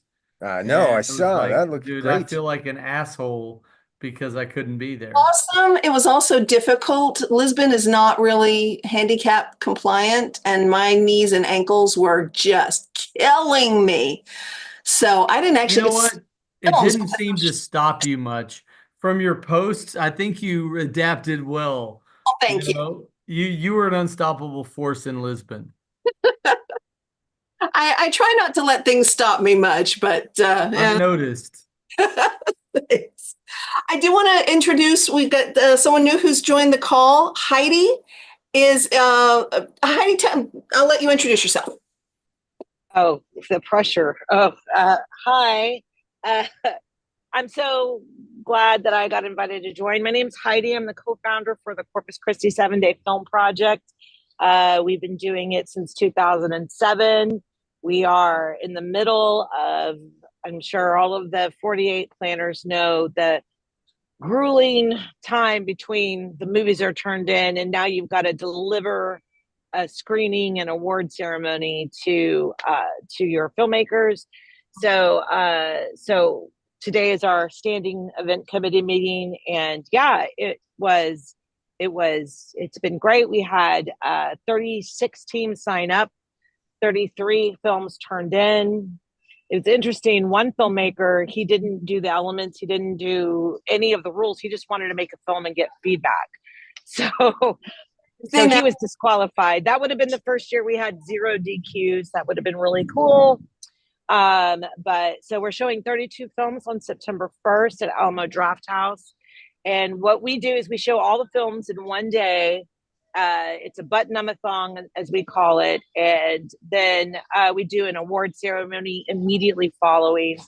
And we kind of really hype up the award ceremony. We do, I haven't been to a 48 award ceremony. So I don't know what you guys do. I mean, I've been to a screening. I've participated in 48 in Houston twice, but we make the nominee is whoosh whoosh whoosh. We hype it up, and we give cash prizes and trophies and stuff like that, and filmmaker bags and swag bags and prize bags, and we try to do it up. And yeah, I mean, it's pretty, it seems to be pretty fun. Nobody's told us stop doing it yet. So, and then So the other Heidi, thing, I have to ask you a question. This is Philip. I'm the city producer for San Antonio. oh, awesome. How much do they charge you for your theater? So we've got a really great relationship with Alamo Drafthouse. And to give a little history, we didn't start at Alamo. We didn't have an Alamo when we started. Thank you. See y'all next Tuesday. We did it. We started doing it at our local community theater. It seated 448 people, and we'd pretty much sell out, every year. That relationship became untenable, and then Alamo Drafthouse had just opened, so we moved over there. So we do it on a Sunday, first and foremost. And we have 3 theaters. It seats about 331 people. We simulcast across the 3 theaters. We have a concession guarantee that we have to make. We do it on Labor Day weekend. For some reason, on a Sunday during Labor Day weekend, their ticket sales aren't that impressive. So we get it for $2,000 from about we open the doors at 12:30, and we're usually done by like 6-ish, 6:30. We used to get so many films that we would have 4 flights of films. But since about 2016, no, that's not true. Since about 2017 or 18, we've only had enough films to do 3 flights of films. We do about 10 films a flight. So, so it's $2,000 for the rental all day. I'm so jealous. In San Antonio, they wanted me to pay 10 grand. Sounds crazy. And I can't afford 10 grand, and I'm like, I Yeah. would love to do it at Alamo Drafthouse, but $10,000 is that's a $10,000 lot. is Yeah. a lot of money. Yeah, because and then you got to turn around and pass that on to the ticket sellers, and so we keep our ticket prices and our entry fees pretty low. Our entry fee was $60 this year. We raised it for the first time in several years, and then we're doing a discounted pass at an event tomorrow. It's called Stinger, and it's only available to the team leaders and the teams. And it's a discounted pass for $35 for the all-day pass. And then tomorrow the pre-sale starts for all-day passes, and that's $40. Individual flights, I think, are $18. And then we shut those off the night before, and then we only do individual ticket sales day of. And because we're trying to encourage good behavior of pre-buying your tickets, yes, we really ramp up the price of individual ticket flights, and that's $25 day of, and only individual ticket flights. We do not allow all-day passes to be sold.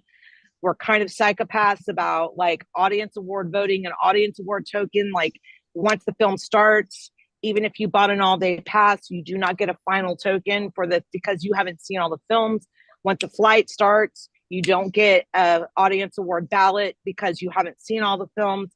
We do not like the shenanigans of I'm just gonna vote for my cousin's film because that's why I came. Fuck that. Sorry, I cuss. So we're kind of like we love our rules, and we're very protective of our rules, and we're very protective of our process. But I mean, again, I think that if we were doing it at Alamo Drafthouse on a Friday or a Saturday, we would be looking at the $10,000 range for what it is that we're doing. But the other thing is that I also partner with Alamo Drafthouse for an event called Film Up, and I do that every quarter. And it's like an open screen night for filmmakers.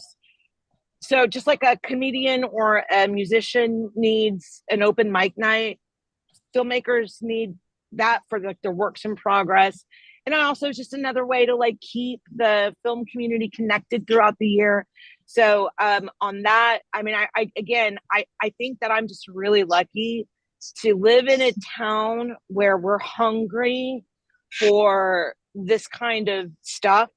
And Alamo Drafthouse has been a very willing, wonderful partner with us. So for Film Up, I do them on a Wednesday. I start seating at 6:30. We start screening films at 7.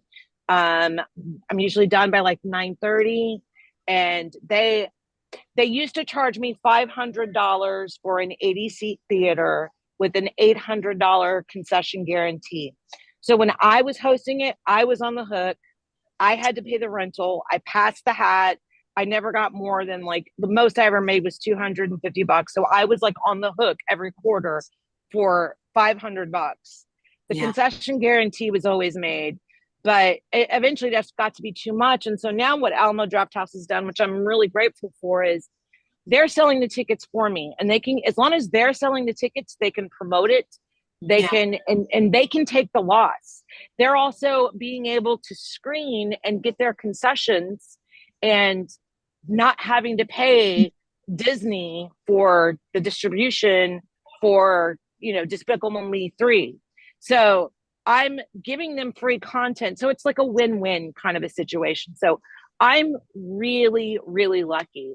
I mean, there's some bad things about living in a small town that can be back-asswards, but there's some great things about living in a small town that can be back-asswards because you find your people. And I'm really lucky that the GM of Alamo gets it and just wants more of this kind of stuff to happen at their theater. And of course, so that inspires loyalty.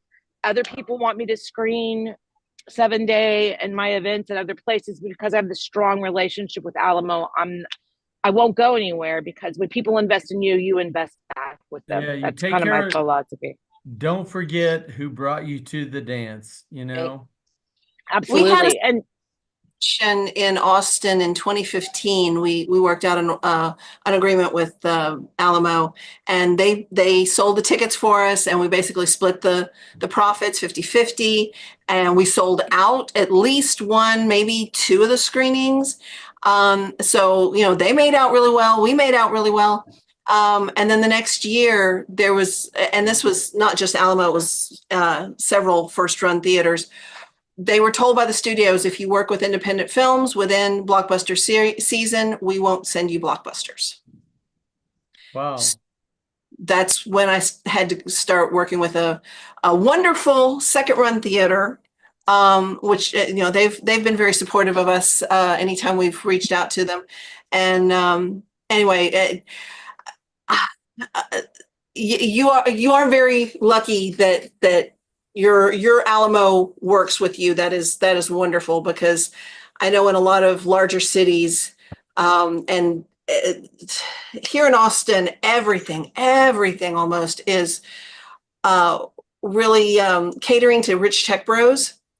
And so everything's expensive, all of the spaces, all of the food and beverage minimums, et cetera. And I'm like, look, we're guerrilla filmmakers.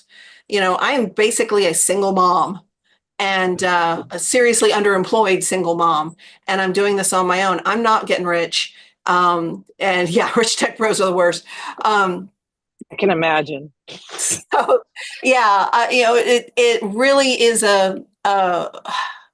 it handicaps the people who are trying to build up their community, trying to give back to their community, that are not in it just to get rich. And it's made it very difficult. So as someone who was born and raised in Corpus Christi, kudos to Corpus. I got out of there because there just wasn't much going on when I was younger. But I've been very impressed with what's been going on since. And I'm very proud to call Corpus my home. So. Well, thanks. I mean, that's why we started 7-Day. Clearly we definitely pilfered and plagiarized 48 a little bit.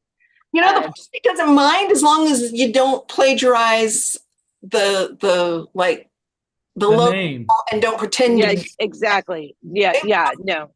Well, and we put our own spin on things. I mean, like, our rules are like ridiculously extensive, and we're pretty like, you know, hardcore on them.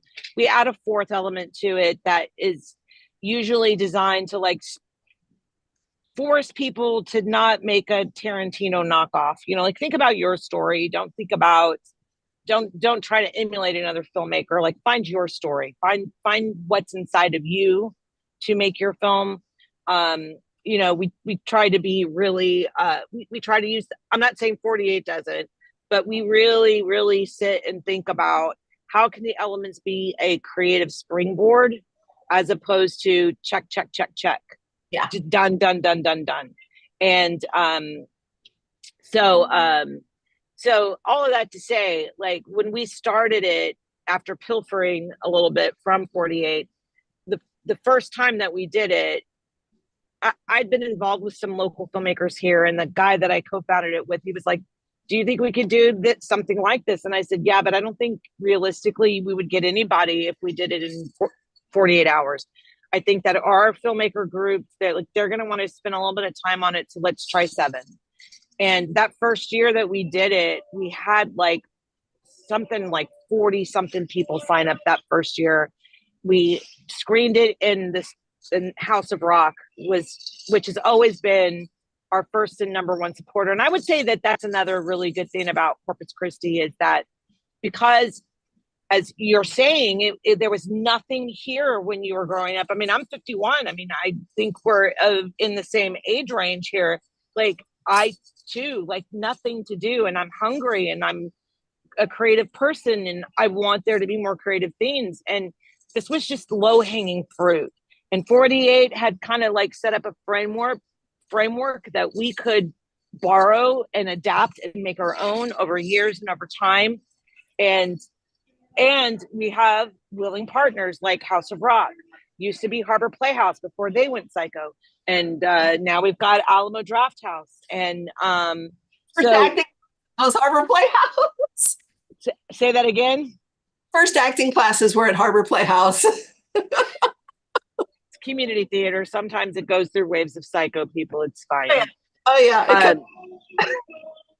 But anyway, so I think I'm blathering on, and this is probably boring. So I'm sorry that I've taken over this Zoom call. Not in the least. It makes things interesting. What year did you participate in the Houston 48? You would ask me that. So it was definitely before the Corona apocalypse. I would say it was probably like the first one might have been like 2015 or 16. And then the second one was the following year. I did 2 back-to-back years. I mean, I thought they were great films. They didn't do anything, but I thought they were great films. I had a good time. I got to play an angry stripper sister, and it was fun. I mean, I didn't strip. I just described tricking. Twerking for tips was a line that sticks out from my experience. Houston was the first experience as well, 2007. But I had very small children at the time. And do you know Dawn Robertson? I promise you, 0. Okay. I know 0 people. She lives in Portland. She was in our film. She actually, when y'all announced that Hex Support was eligible, her face is in the picture. Oh, okay, nice. And we both lived in Houston at the time. She and her husband had an improv group. And so I was part of their team, but like I said, itty bitty kids. And I showed up to the brainstorming session. We pulled fantasy, and they were trying to figure out, how are they going to pull off castles or dragons or something. And I'm like, guys, there's more than one kind of fantasy. Have you ever heard of The Secret Life of Walter Mitty? And they took that idea and ran with it. And I took my babies and ran home to bed. That's my experience. Well, I've been thinking since you guys came down, it really to do 7 Day, it really kind of brought my presence of mind of really how Corpus Christi doesn't go represent in all of these other film competitions, and I thought it would be cool to do that. And I'm trying to think of a way where we can fundraise so that maybe we can bring a team to go, like San Antonio's 48 or Houston's 48 or another 48. I vote and for like, San Antonio's 48. well, San Antonio's close enough and it's doable, right? For us. But like in my mind, we rent an Airbnb. We we pull people from different teams. Look, you're the best screenwriter. You're gonna be the screenwriter. We can all pitch and brainstorm ideas, but you're gonna screenwrite and you're gonna film and you're gonna edit. And we did with the CCD. We had Dawn from the old Houston team. We had Frank and Alyssa from some of our filmmakers here in Austin. Alyssa lives in San Antonio, but she's been involved in an Austin team quite frequently. And then Kara and I are the producers here in Austin. And then on our writing team was the city producer up in Wisconsin. So yeah, that's. And Aline, to follow that up. Because of once you didn't have to actually physically drop off your film, things got much changed a lot. So this year we have teams from various regions here in San Antonio. All they really have to do is send someone to San Antonio on Friday at 6 p.m. to be there at the kickoff. Yeah.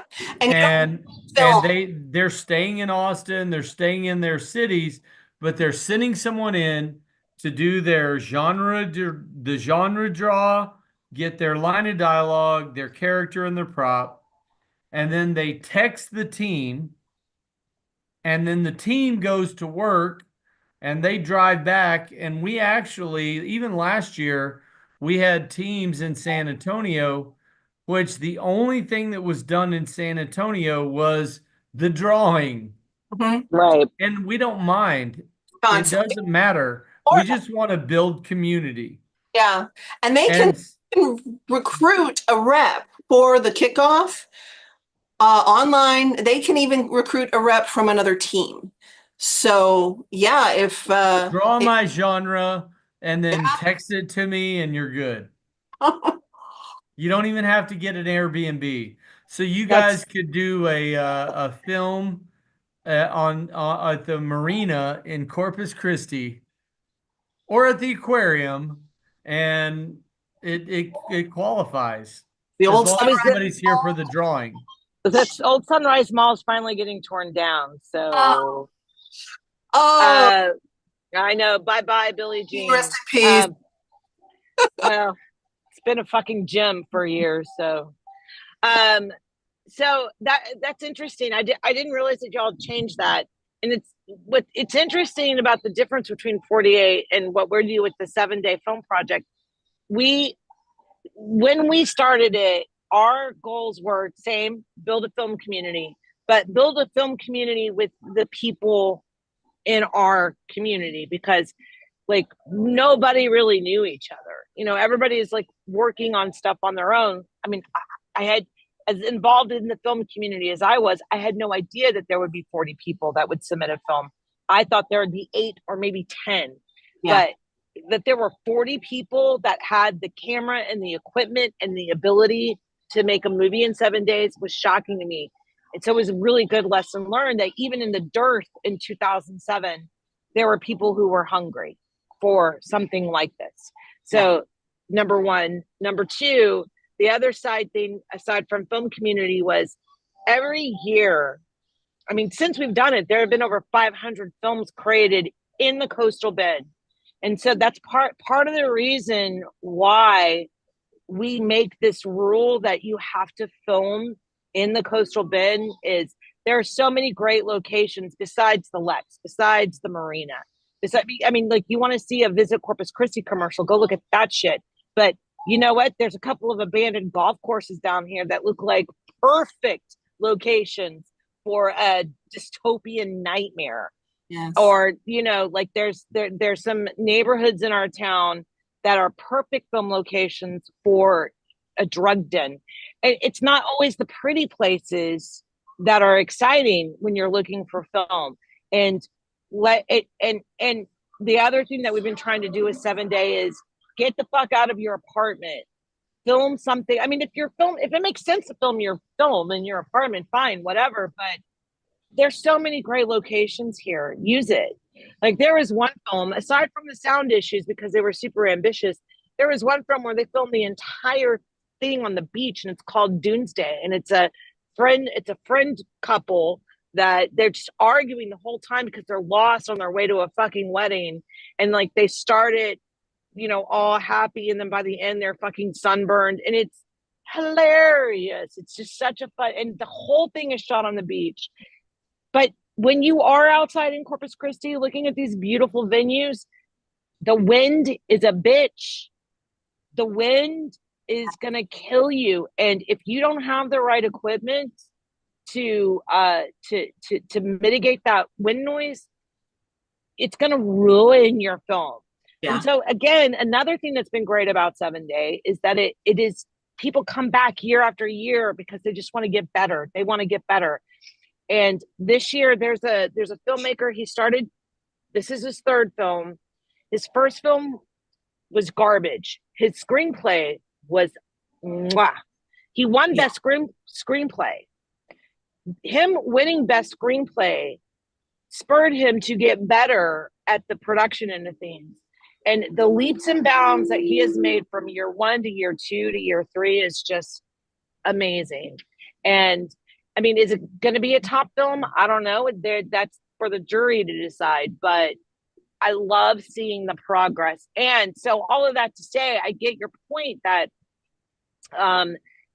we could go off in our groups and be in a bunch of different places. But that kind of team building experience, like I would want to rent an Airbnb. I would want to go to San Antonio. I would want our Corpus Christi filmmakers to work with each other on this intimate level and be a team together. And like, it's worth the expense for the experience. Does that make sense? That, like, to me, it's about the experience. It does. It's funny. My day job is I build TV studios and I make television. And the reason I took over the 48 is I feel like San Antonio is probably one of the most siloed film and video production markets in Texas. And everybody I know that works in video and television and film, they travel to work. And so my goal was to build a community, and we all have each other's back, and we all help build each other up, and we all try to help make our community successful. And to me, that's what the 48 is about. It's about building community. And we know we don't have to leave town to make a living. We know that there's audio, there's actors, there's actresses, there's editors, there's cinematographers, there's producers. We're all here, but nobody knows each other. And Austin is an anomaly. So Aline, I'll say this. Everybody thinks of Austin as film Texas. They really do, because of Troublemaker and some of the other filmmakers there. They're building a name for Austin. But as you look around the state of Texas, whether it's El Paso or San Antonio or Corpus Christi or the what do they call it? The piney woods of Texas up in near Lubbock, or no, Lubbock's out in the west. It's like I don't even know the names of the cities. It doesn't matter. But is in the piney woods. If I'm not Longview is in the piney woods. It's all the Northeast Texas.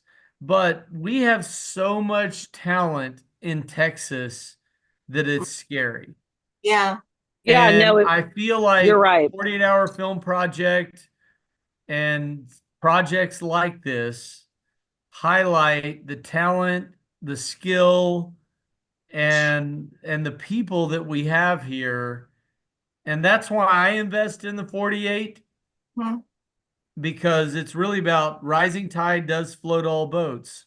Yeah. You know, Ding dong. if we show the world, and if San Antonio or Austin or El Paso or Dallas or Houston goes to Filmapalooza and does well there, and then if they win at Filmapalooza, they go to the Cannes Film Festival. It rises the tide for all of us. Yep.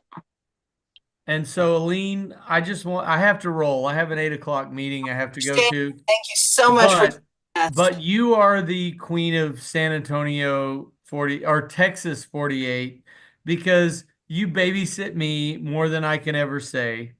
She comes to all my events. I'm an asshole who doesn't come to any of hers. I mean, it's really bad. But you are a sweetheart, and I appreciate you, because this Zoom call tonight, the only goal is to build our community. Yes. And we all build each other up. We have each other's back. We celebrate each other's wins. And I just thank you for putting so much effort into building this community, because it deserves it. It's talented. Yes. And everybody deserves to stay at home and make a living. True. Yes. And that's what I feel like we do. We have a team. The last thing I'm going to say, we have a team in San Antonio that won our best film a few years ago, named Stride Studios, Christian Strider. Their cinematography was off the hook. Their script was off the hook. Their editing was off the hook. So they won in San Antonio. So they entered the next year and they didn't win, but the guy that started that team built a production company. And Stride Studios is running today. They booked a 6-figure production deal in San Antonio. And to me, that is like a badge of honor for all of what we're doing of building community. You know, and it's like empowering people to do cool stuff, having their back, encouraging, supporting, and promoting, and people will go, they rise. We don't have to leave our hometown to make a living if we all build each other up and we all have each other's back. True. So and these I days, just appreciate you. It's not worth it to leave, because LA is not really where it's at anymore. A lot of great things are happening in Atlanta, but there's some issues with Atlanta. For real money, I drive for Lyft and Uber. I get people in my car all the time from LA, Atlanta, Albuquerque, etc. And I hear none of those communities are perfect. No one's perfect. Well, what would be really good is if we could parlay this group into action when it comes, and the Texas State Legislature is in session. Are they in session now? Yes, they will be in session. They go into session in January. Believe it or not, that's what I'm saying. I'm building the new TV studios for the Texas House of Reps, so I am very in tune with their schedule, because every time they call a meeting, I can't work. It's brutal. But so I'm also really lucky because our state rep is very, very positive and very pro film. And actually, one of the jurors this year is a guy who's running for state rep who will win. And so he is our average Joe juror this year. And I always put a juror on there who is it's either a representative of a governmental entity, because this is about what we do is economic impact. It does make a city better. It is part of quality of life. So what we could also do is parlay this group if we wanted to. I'm a politically action-oriented person, to go to the Capitol, go door to door, talk about film incentives, talk about getting more film in the state of Texas. If we would be more aggressive with our incentives, those things will help us give people jobs. Well, It will help. the incentives, it's funny. I am very passionate on the incentive program because most of the film incentives in Texas revolve around sales tax and hotels. And it has to be more than that. Well, you have to because do. if you want to promote local filmmakers, they're not buying hotels, No. you know, but we want to support the local creators. So a lot of people don't know about this. Texas has something that will help everyone on this call. And very few people know about it. Because I build TV studios, I know about it. The comptroller has a program that if you want to buy a camera, lighting, any equipment to make television or broadcasts can qualify as television linear broadcasts or streaming. You can fill out a form with the comptroller's office and not pay sales tax. Right. Nice. And 99% of my clients don't know about that. If And you so own I a, educate them on it. if you own a production studio, if you own a recording studio, you can go to a music store and buy a microphone and not pay sales tax. All you have That's to do is right. register. So Wow. yes, it's part of it. It is something that the It saves you comptroller does. 10%. It saves you 10%. And so I put my email address in chat. So if anybody has questions about that, you don't have to buy anything from me. I really don't care. I'm doing fine. But if you want to learn about it, I'd be happy to help you. And Well, and Philip, I know you have to go. I want to say, if anybody on this call wants a comp ticket to the 7-day screening on September 1st, send me my email. I'll put it in the chat and I will totally send you a comp, just so you could come down and check it out. Phil, I know you got to go, Philip. So, and actually I got to go too, but, anybody who's interested in coming down for the screening, I got you. I got a comp for you. So just let me know. Let me know. And so you also don't have to buy one because you're now you don't have to worry about your team getting one for you because you're on the call. Awesome. So let me know. I also do have to jump, and I know Philip has to jump. I'm looking forward to having more of these. I'm hoping to bring more Corpus Christi people into the next call. And I really want to put a team together, not clearly this year, but maybe next year for San Antonio's 48. Maybe we can pull something together, or somewhere else in another city in Texas. There's also Thank you guys. Comedy for Austin next month. Just saying. All right. Thank you for that. And you had your hand up. What did you want to say? Oh, about a note about incentives. Arkansas is in its 3rd year of having its tax credit for filmmakers, but we still don't have people going into infrastructure. We're basically having out-of-town people come in, do weekend location shoots, but that's just having Hollywood people come in doing a cheaper budget. They're not building up the community. You know, you look at what happened after Katrina with New Orleans. They came in, flooded that area, and only one bad film, Green Lantern, killed it all. Just like years ago, Wild Wild West killed the film industry in New Mexico. You all right?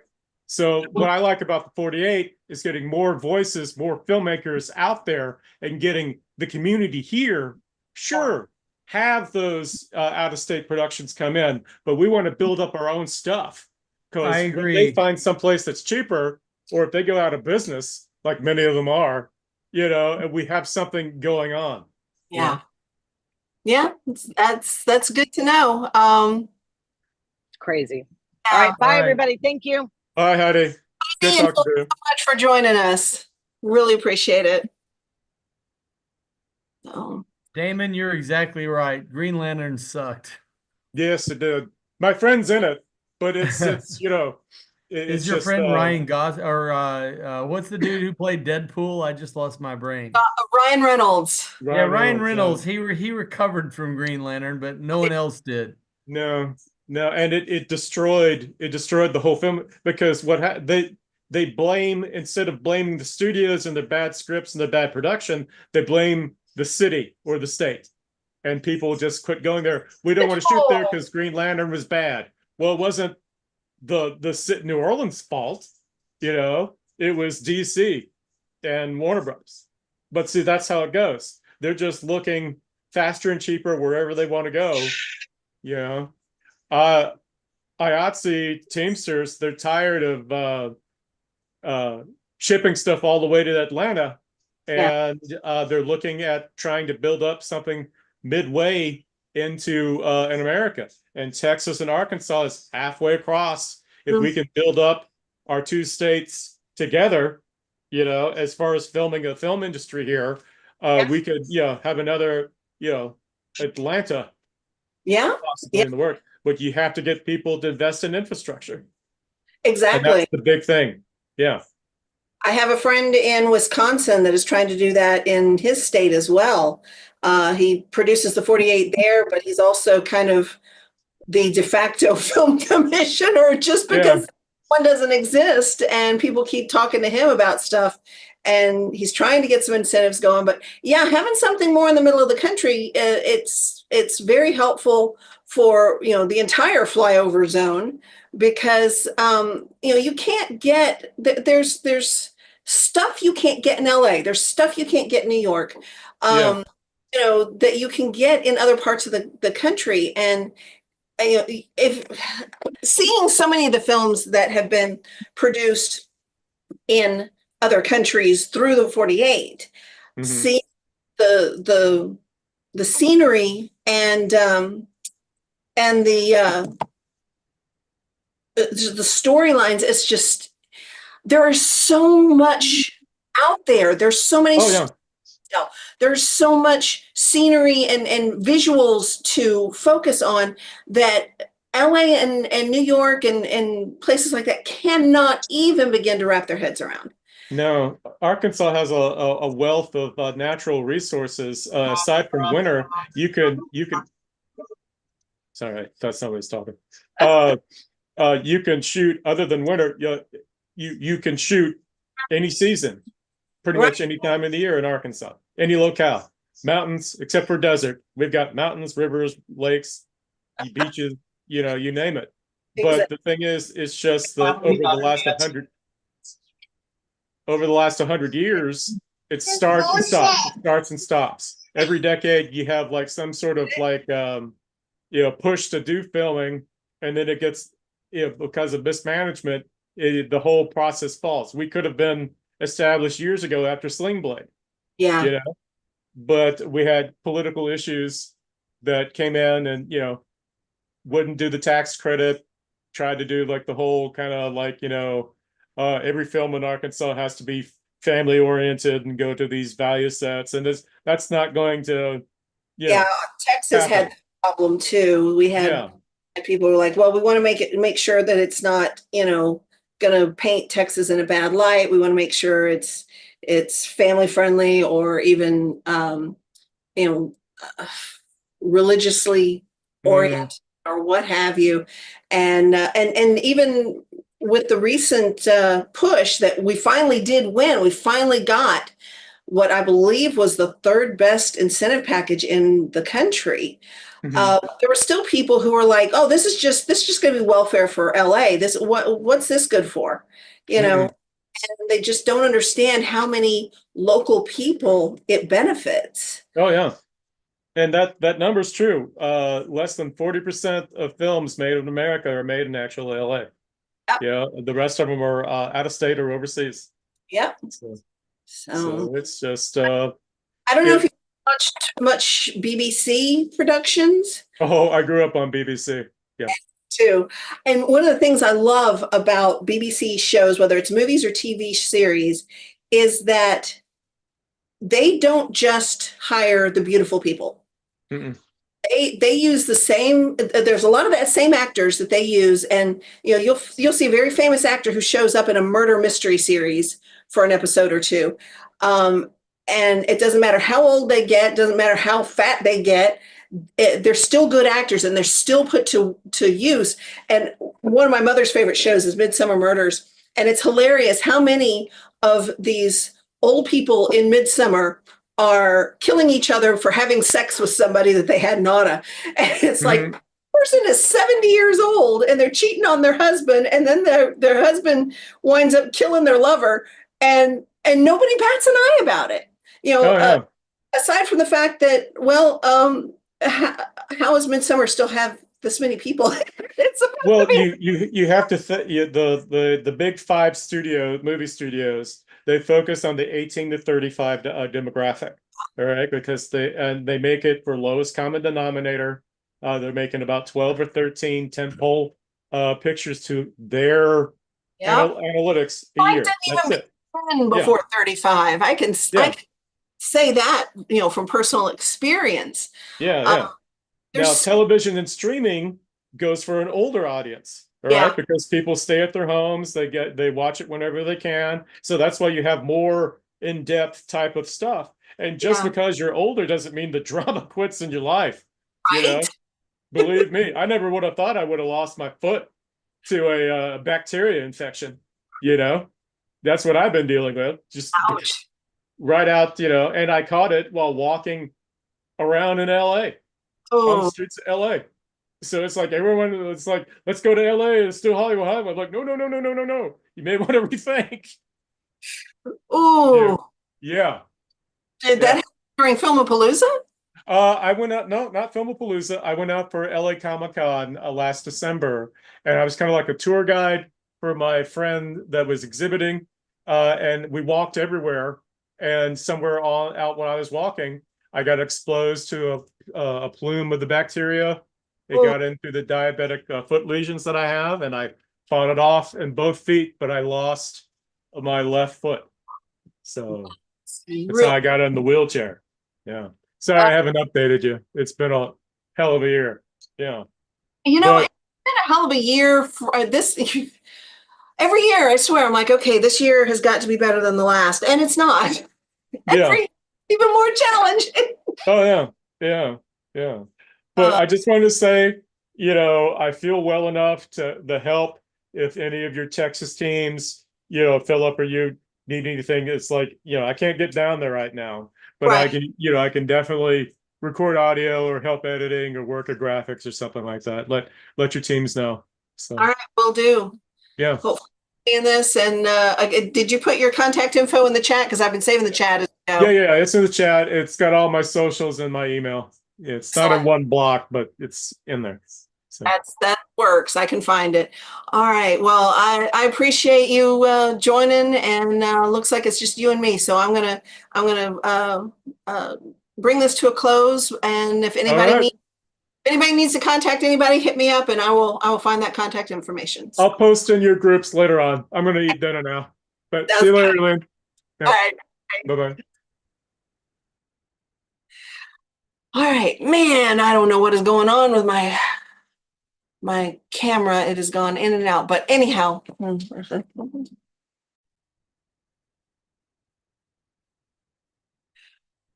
Well, never mind. Okay, so yeah, I'm calling it a night, folks. Thanks for watching if you've been watching, and let me know if you want any introductions. All right.